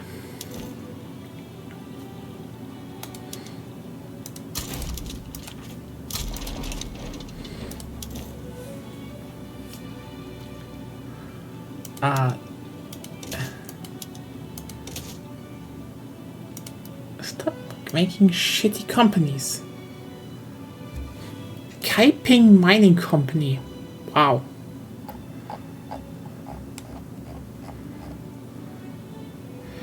Ah, yes, Fiat. Fiat is a funny company. I mean, nowadays everyone just doesn't know a lot about them anymore, but back in the day, they did some insane stuff like basically building a complete monster of a car just to get some racing records, and then they didn't win. Yeah.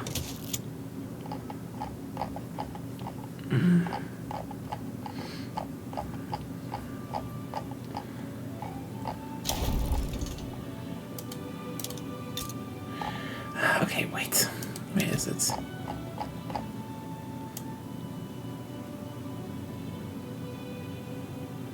The bears. There we go. Yes. The French dream.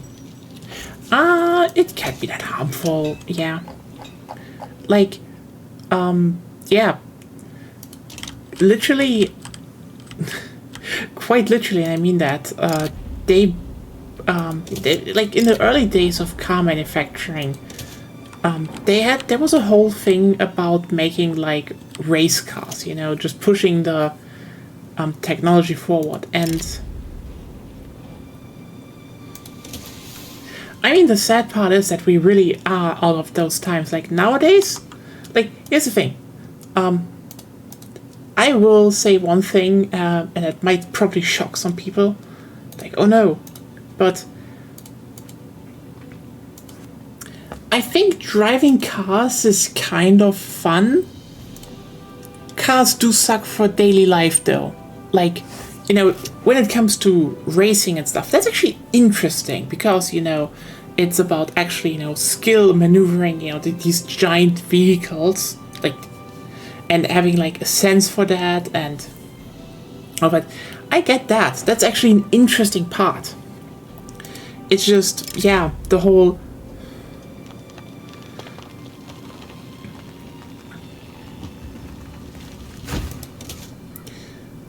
the whole, oh hey, everyone needs to have a car for daily life, and streets are clogged, and it's destroying the earth. That's the sucky part,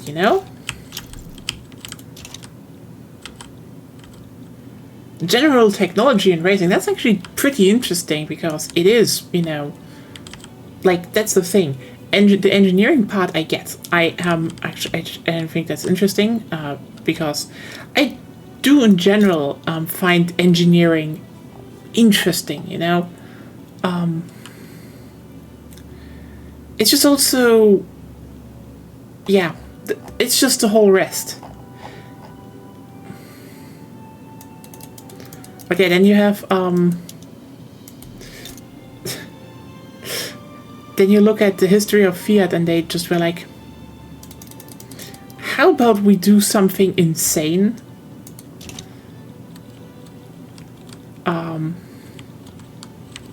And they did. Because back then it was a lot of, oh hey, how can we top everyone? And basically, I don't know how it's in English is called, but basically the way, when you have an engine, how much it has to travel upwards and downwards. They kind of made a completely insane engine back in the day, so.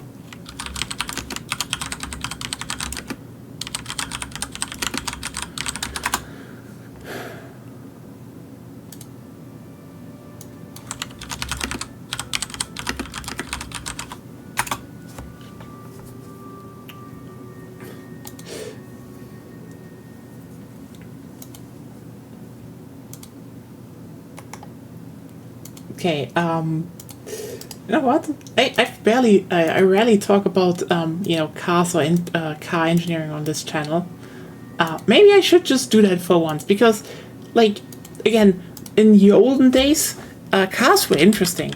Like, genuinely, it was interesting.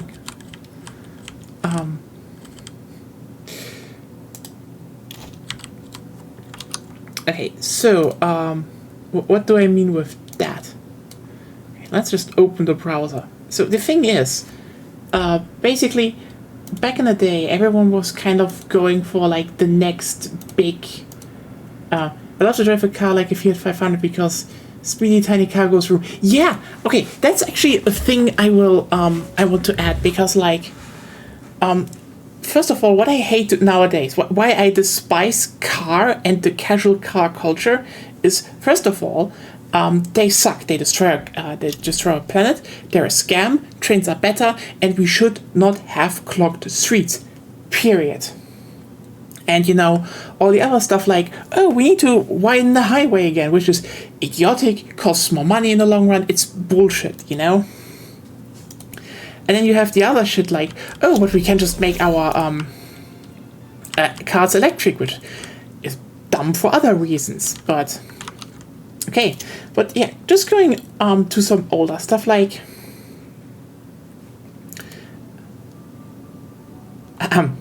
so this is the Fiat S76.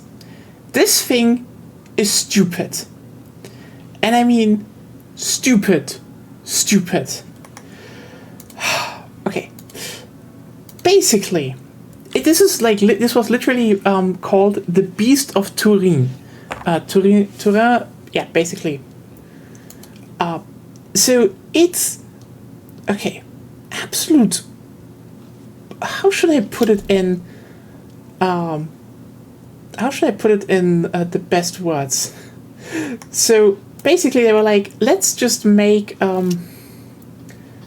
car that goes really fast, and by doing that, they basically made a car that was running on basically an airplane engine.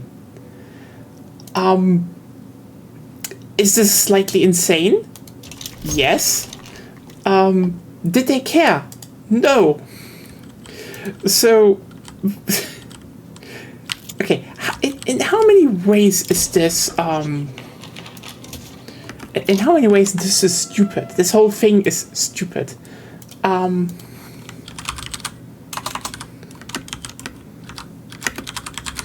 So, let me just see if I can find the engine.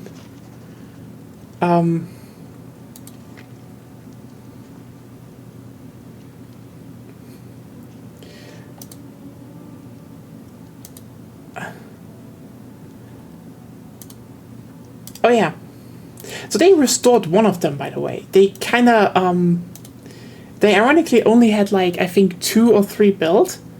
And one of them, it is a moloch. Like, this thing is absurd. Like, look at this fucking engine. Look how much this is just, it is bullshit. Like, the thing is, this thing would have probably gotten a speed record of the time, but do you know why it couldn't do that? Why it couldn't get the full speed record? Because it ran out of gasoline. Yep.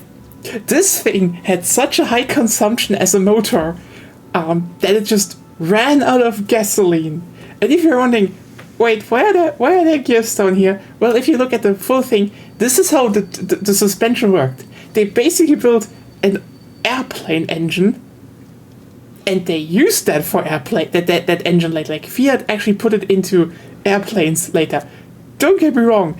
And then they just used this tiny axle, with a chain, like a fucking bicycle wheel, to convey all that horsepower onto the back wheels. It's like, what are you doing, Fiat? And again, it didn't work out even. Like, okay, so shit that happened, and I mean that literally that happened about this car. So they built the thing. And then literally a truly Kerbal Space Program-esque car. Oh boy, it is. You know what? Here's the thing.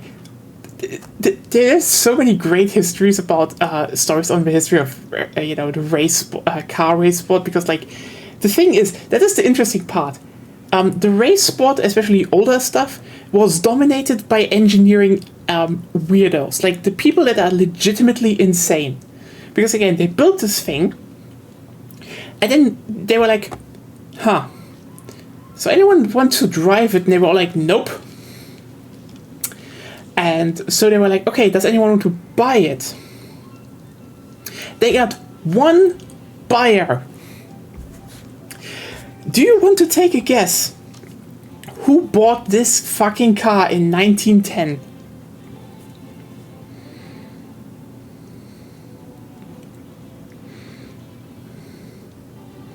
Take a wild guess who bought... Wyatt.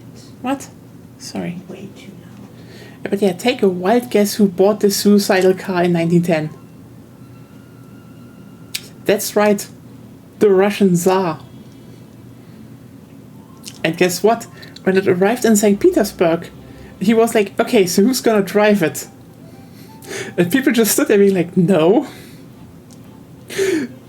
And then they found a driver that was insane enough to drive it. So they premiered it at a race in Britain. And again, they had to constantly refuel the thing because it ran out of gas. Because of course it did.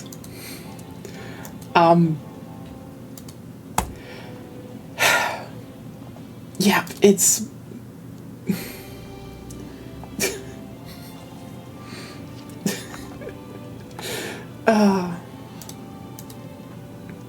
was about to guess that futurist artist. No, it was actually the Tsar.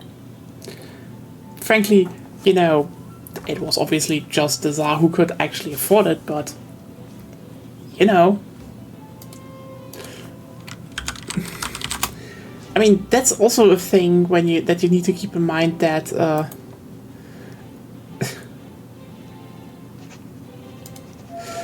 yeah, who was able to buy that kind of car? And again, the irony is that they wanted to be faster.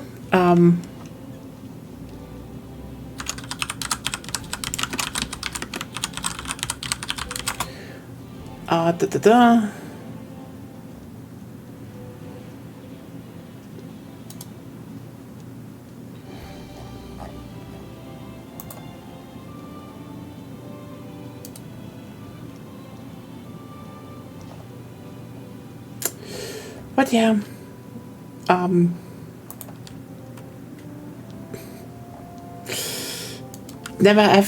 they never got to finish it because they never got a record because too much fuel consumption, and B, imagine Lenin doing donuts in that car after the revolution. I think it left before that. I don't know, maybe Lenin drove it, who knows? So, yeah. But yeah, hey, honestly, that's a thing they should probably put into this game. Like, imagine if you establish the Fiat company, you get a journal entry of just, approving dumb cars. It's like, that would generally be funny.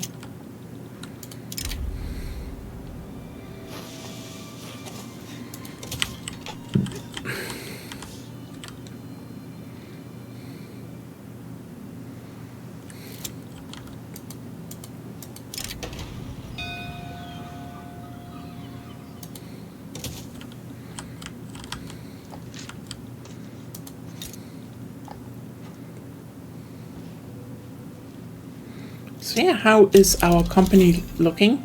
Actually doing pretty well. I need more coal mines. And textile mills, actually. Yeah, let's build some more textile mills.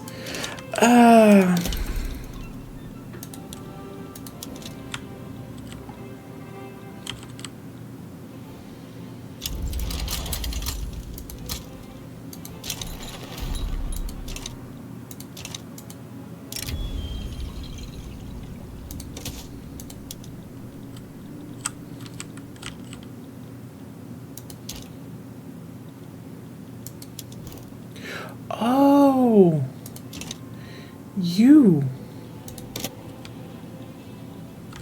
Oh, that actually, yeah.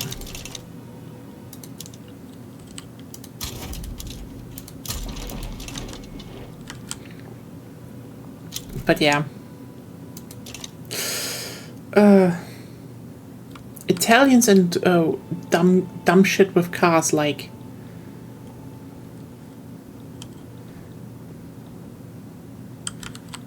I mean, not that a few decades later,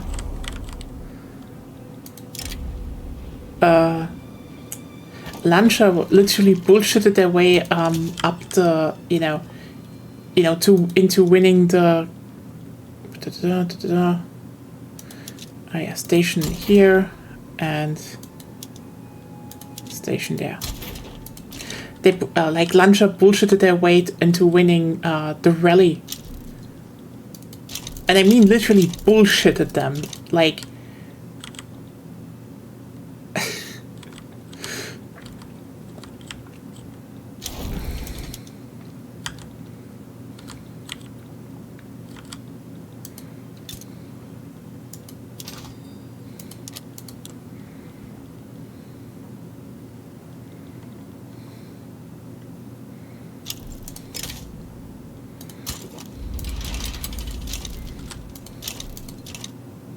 there was the yeah, that's actually one thing why I find it interesting, because people keep saying, oh, when it comes to race sport, automobile sport, and people are always like, oh,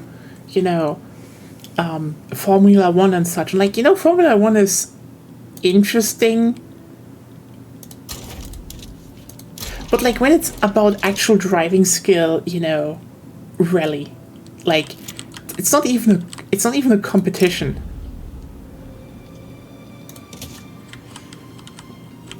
Like, if you look at, when the Dutch are all going to be like, oh, look, how great Max Verstappen is. And I'm like, cool.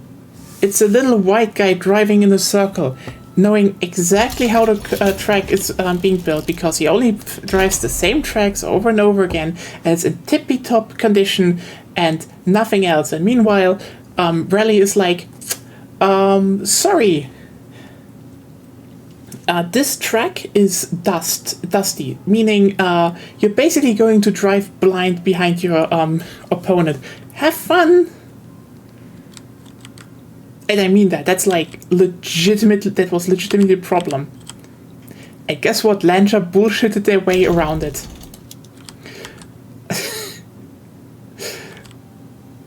There we go. That looks nicer.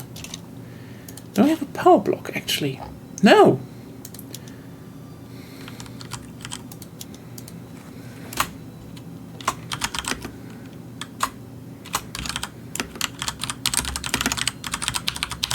Perfect.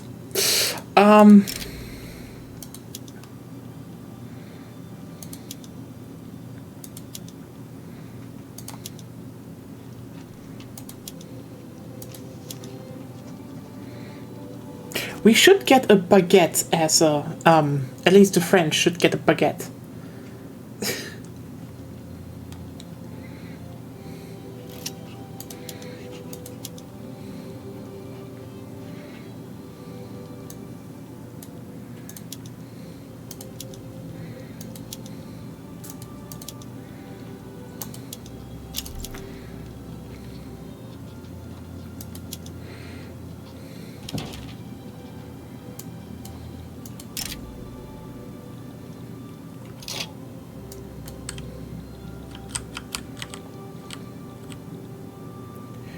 No.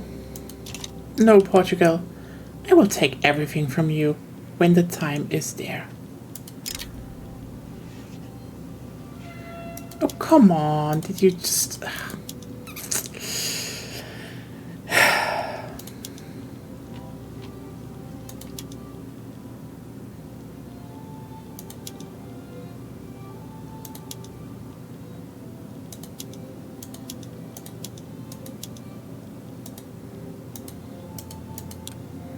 That was generally pretty funny.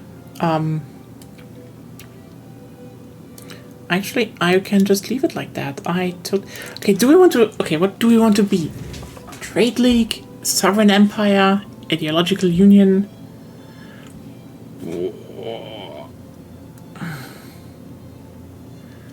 I mean, I thought about the French birth rate idea, but...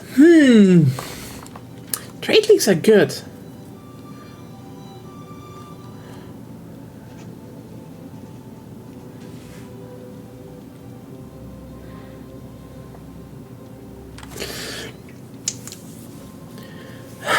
Chat, what should we go for?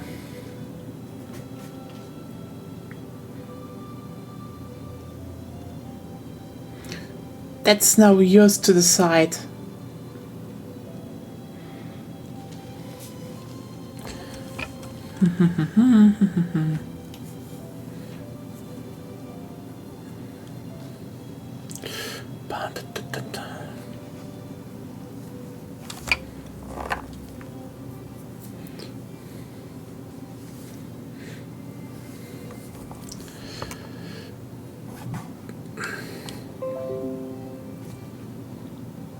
Shut the fuck up. Okay, I mean, trade league is good. I could do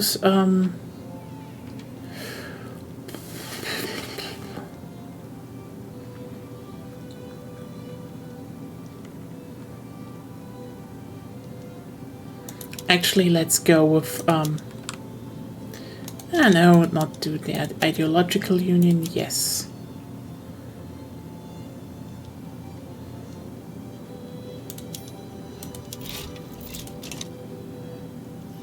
Wait.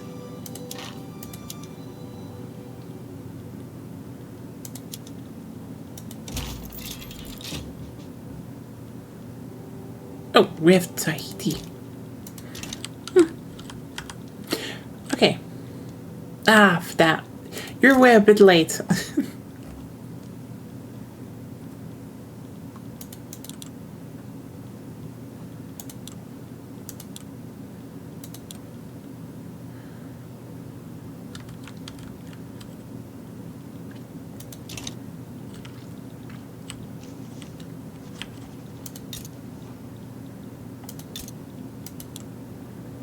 Uruguay is an American market. Okay. Okay.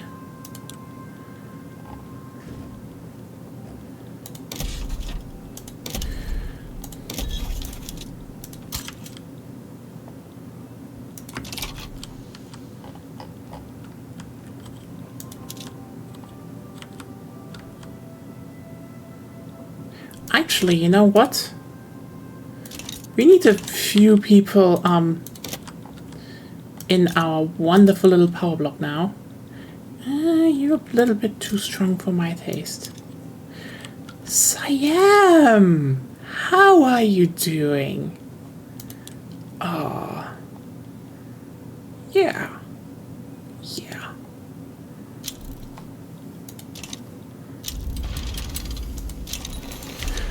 First of all, we care about that, I guess.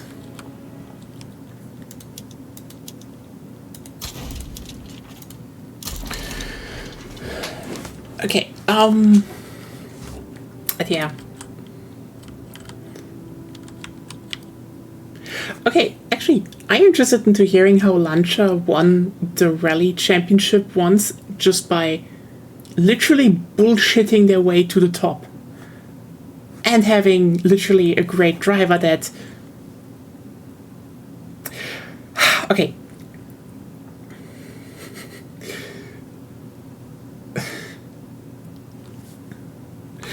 Okay, that's actually a very funny story as well.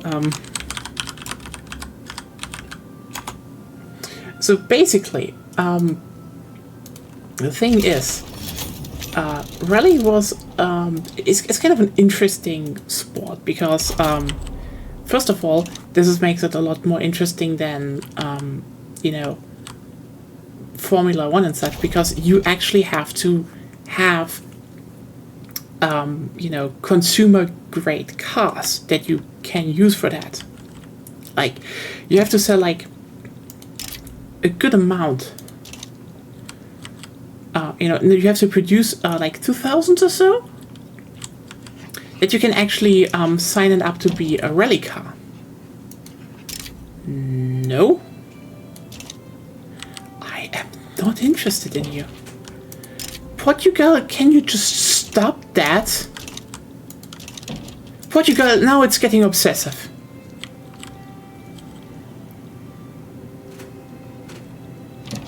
Oh my god, Portugal, stop it!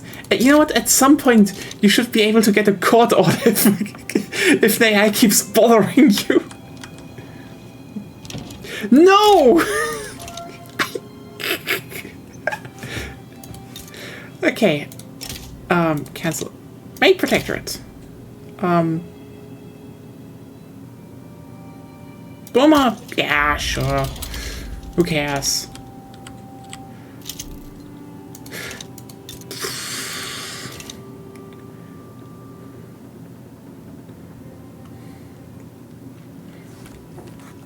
This is gonna be useful because then we can actually just, yeah, condemn slavery. Yeah, we're totally condemning slavery, and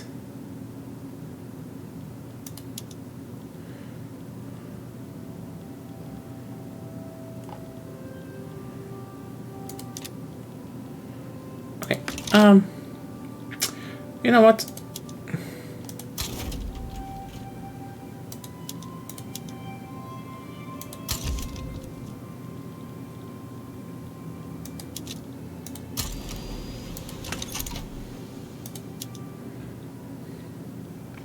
We need to, oh. Hello, Siam. Yeah, the problem is just it would cost me a lot. So, 40 infamy. Oh, look, I am deep blue now because we heard you the first time, train. Yes. It's not getting any better. Shut the fuck up, Portugal.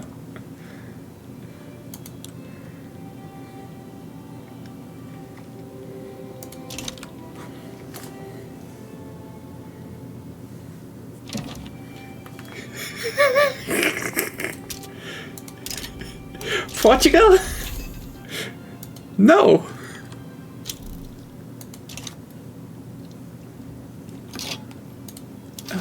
Okay. What do we need? Paper. Paper we can do. We can do paper.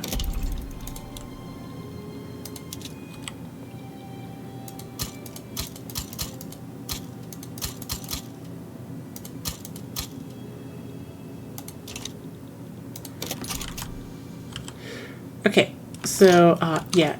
Okay, so basically what happened,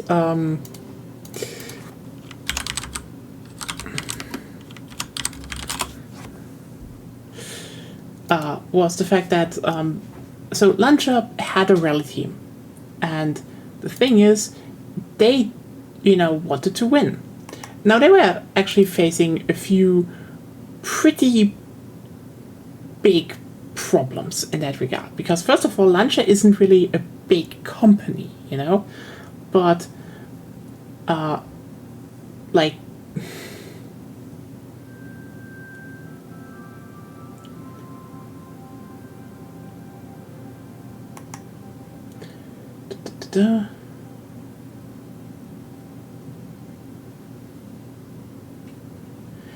but basically their thing was like, small company.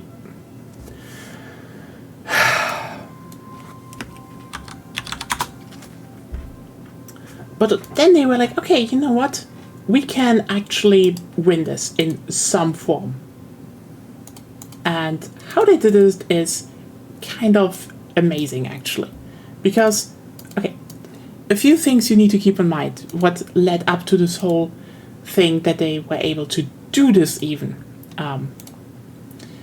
Basically, number one is, so this was the car with what they won in 1983. Basically, the story is like this.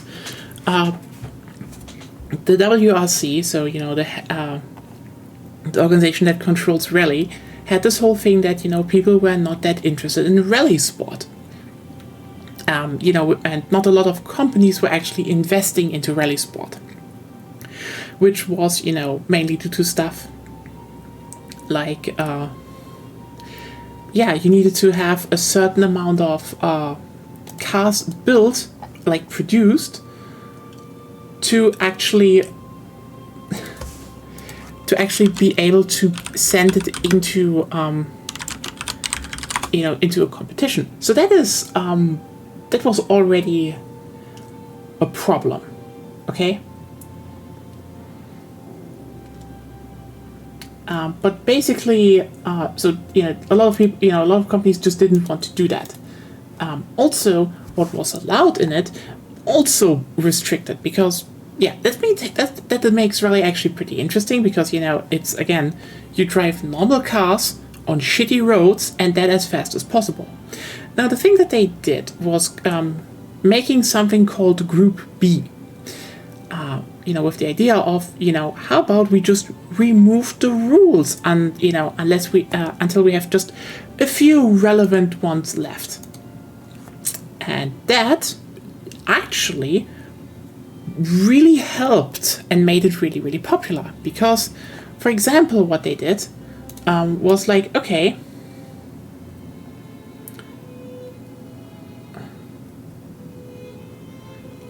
they were like, okay, hey, you only needed like 200 cars to actually, 200 cars manufactured, that are also, street legal, to be able to get into rally. And also just a lot of other stuff was removed. One of the key things that happened though, and this was also hi bot and bye bot. One of the things that happened before, and this is kind of crucial to how we got here, is the fact that Audi bullshitted their way in. Because the thing is, Audi's engineers had an idea. And that idea, because, they were basically testing a new vehicle for the German military. And that was a Jeep. A Jeep with four-wheel driving. Now, the thing is, back in the day, everyone was just like, yeah, four-wheel driving works. But, it's not really, you use it for military stuff and, big vehicles and all that stuff, It's not feasible for normal cars. Now, I think you probably saw you probably saw a car advertisement in your life, and you probably know that some advertise themselves with having four-wheel driving. So that's obviously not true, because, yeah, it wasn't. Basically, Audi sat down and were like, wait, we can actually make this work. And so they actually built four-wheel driving into a normal car and started testing it literally during night in a quarry. And they realized, holy shit, this thing is really good. It gives you really good grip on like snow, gravel. It's like on every shitty ground. It gives you really good grip. And so they were like, how about we turn this into a rally car? They just had a problem. See, back in that day, there was still a line in the rulebook that you couldn't do, you couldn't do a car with a four-wheel driving. That was just against the rules. So what Audi did, smartly, is they went to a WRC meeting, and right as everyone was about to leave, their representative was like, hey guys, why do we have this dumb law about, forbidding four-wheel driving? And everyone who just wanted to leave was like, yeah, why do we have this rule actually? We don't need it. And so they just, quickly removed it, because everyone thought no one could build a four-wheel drive vehicle that was street legal. The technology is just not there. So next year, Audi built the Quattro S1, and subsequently started dominating rally, because turns out, if you have four-wheel driving, you just have the inherently better car. So, wow, what a move by Audi. Just bullshitted their way in. So the thing is, basically everyone back then suddenly realized, shit, we need four-wheel driving, and had to develop it themselves. Except Lancia, because they built this car with just, back wheels powered. And you're like, okay, how the fuck did they win? Okay. They basically had two things going for them. Well, three. First of all, this was still a very powerful car. So in certain conditions, this was still better than the Audi. Second of all, they had literally the best driver ever. Like, back then, this was driven by Walter Röhrl. Like, there is no debate on who's, like, the best, race car driver ever. It was him. Period. Like, seriously. And then third of all, they fucking bullshitted their way to hell and back. So first of all, they had to get this thing, the Lancia Rally 37 on the road. The thing is, again, Lancia, small company, they can't just build 200 cars, street legal ones. It's still a lot for them. But then the team chef was like, do we really need 200 street legal cars? And everyone was like, what? And so, unironically, they built 100 street legal cars, because, that was way more inside of the budget, and then placed them all in a parking lot, a small one. Then the WRC people came, and they were like, okay, we see you have manufactured 100 street legal cars, cool. And then Lancia was like, oh yeah, the other 100, sorry, we didn't have a big parking lot. The other 100, they're in another parking lot across town. Sorry for the inconvenience, we can drive over there right away. But you know what? How about we just get some lunch on the way? We're in Italy, we have some great restaurants. And so they took a really long lunch break with those officials. And in the meantime, the employees drove all the 100 Lancias from one parking lot to the others. And then later they could say, look, here are the other 100 Lancias that we built. It's 200 in total. Pinky promise. And okay, Lancia, that was a move. And so basically what they did next is they were able to go into the rally. And they had some upsides, because, for example, the Audi Quattro actually had a few problems. Like, it broke down during that rally trip a few times. Well, their car, which was built a lot simpler, didn't. But basically, my other 100 cars are with my girlfriend in Canada. You wouldn't know that. They basically pulled that, yeah. But it gets better. So, first of all, they went to the first stop on the rally was Monte Carlo. So the thing about Monte Carlo you need to keep in mind is that it's driving down from a mountain. And crucially, that mountain is freezing. So that road is frozen. There's ice, there's snow on there. Which is hard to drive on, especially if you don't have four-wheel driving. So what do you do? Well, everyone else went, to their camps and started modifying their engines. Lancia went to the nearest supermarket and bought tons of salt.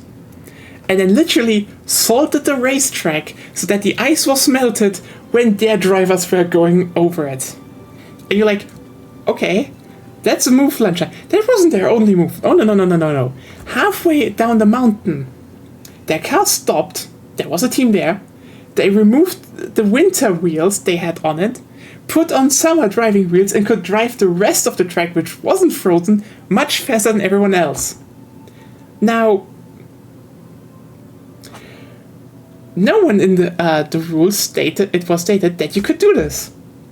But Lancia was like, well, the rules don't state that we couldn't do this, so who cares? And guess what? They won. Because everyone else had to drive safely up there, and they were like, no, fuck you. We just drive past you, change wheels, and... yeah. So, okay. What happened next was, they got some other races in, I think, Sweden and Finland, and you're like, oh, that's ice and winter and,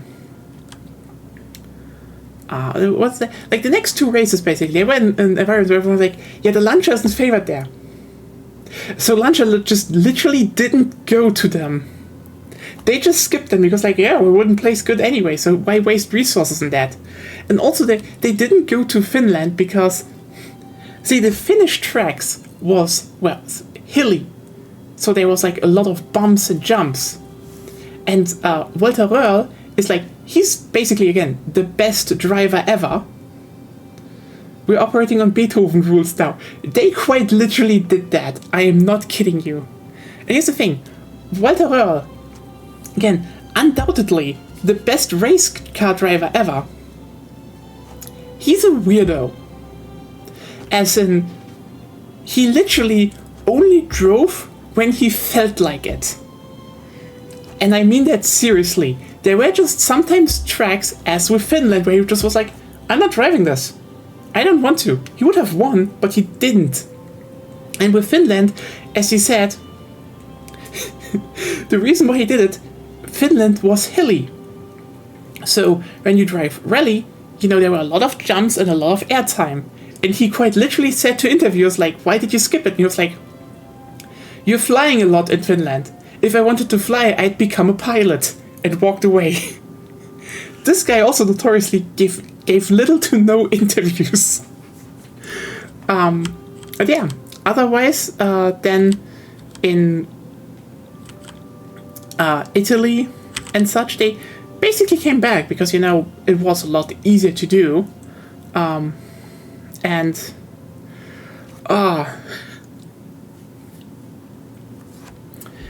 I remember what they did in Sicily again, but like they bullshitted their way like a lot of times. But the funniest bit was in Greece, because here's the thing, as I said before, you know, other tracks, you know, they had gravel, they had dirt. Greece was dust, and I mean quite literally. The thing with Greece was, it was so dusty that everyone before you, like, the dust couldn't settle, so you had to basically drive blind. Which is hard, and kudos to every other driver, but like, yeah, you have to drive blind. That's like such a huge downside. So Lancia went up to the start line. He sounds like you know what? It wouldn't surprise me if he is on the spectrum to a degree, because like, his whole thing is just he likes driving cars in, you know, with perfection. This is, by the way, why he doesn't like, you know, he doesn't really think, you know, Formula One is that good. He's not like, you know, downplaying it. You know, it's like you still drive, you know, high-powered cars, but he's still like, you know, it's a children's birthday in comparison to rally. And like, yeah, that's actually a fair point, especially if you're driving, you know, fucking Group B, which was deadly as fuck.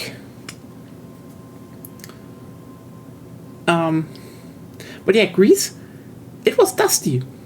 And so they went up to the start line,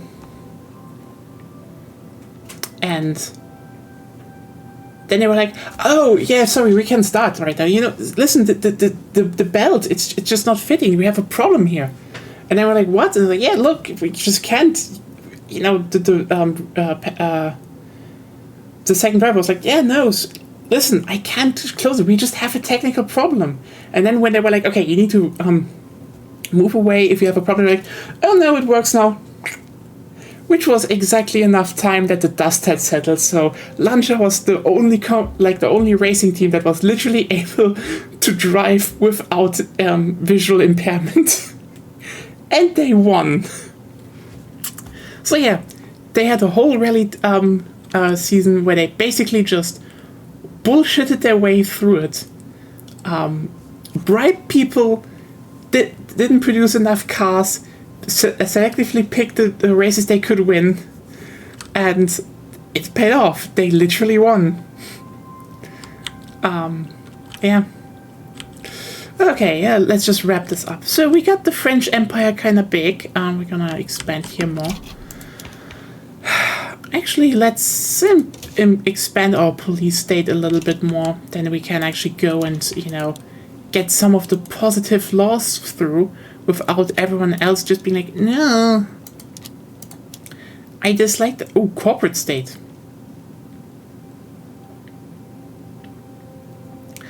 Why do the intelligentsia like that? Insane. People hate the parliamentary republic in France now.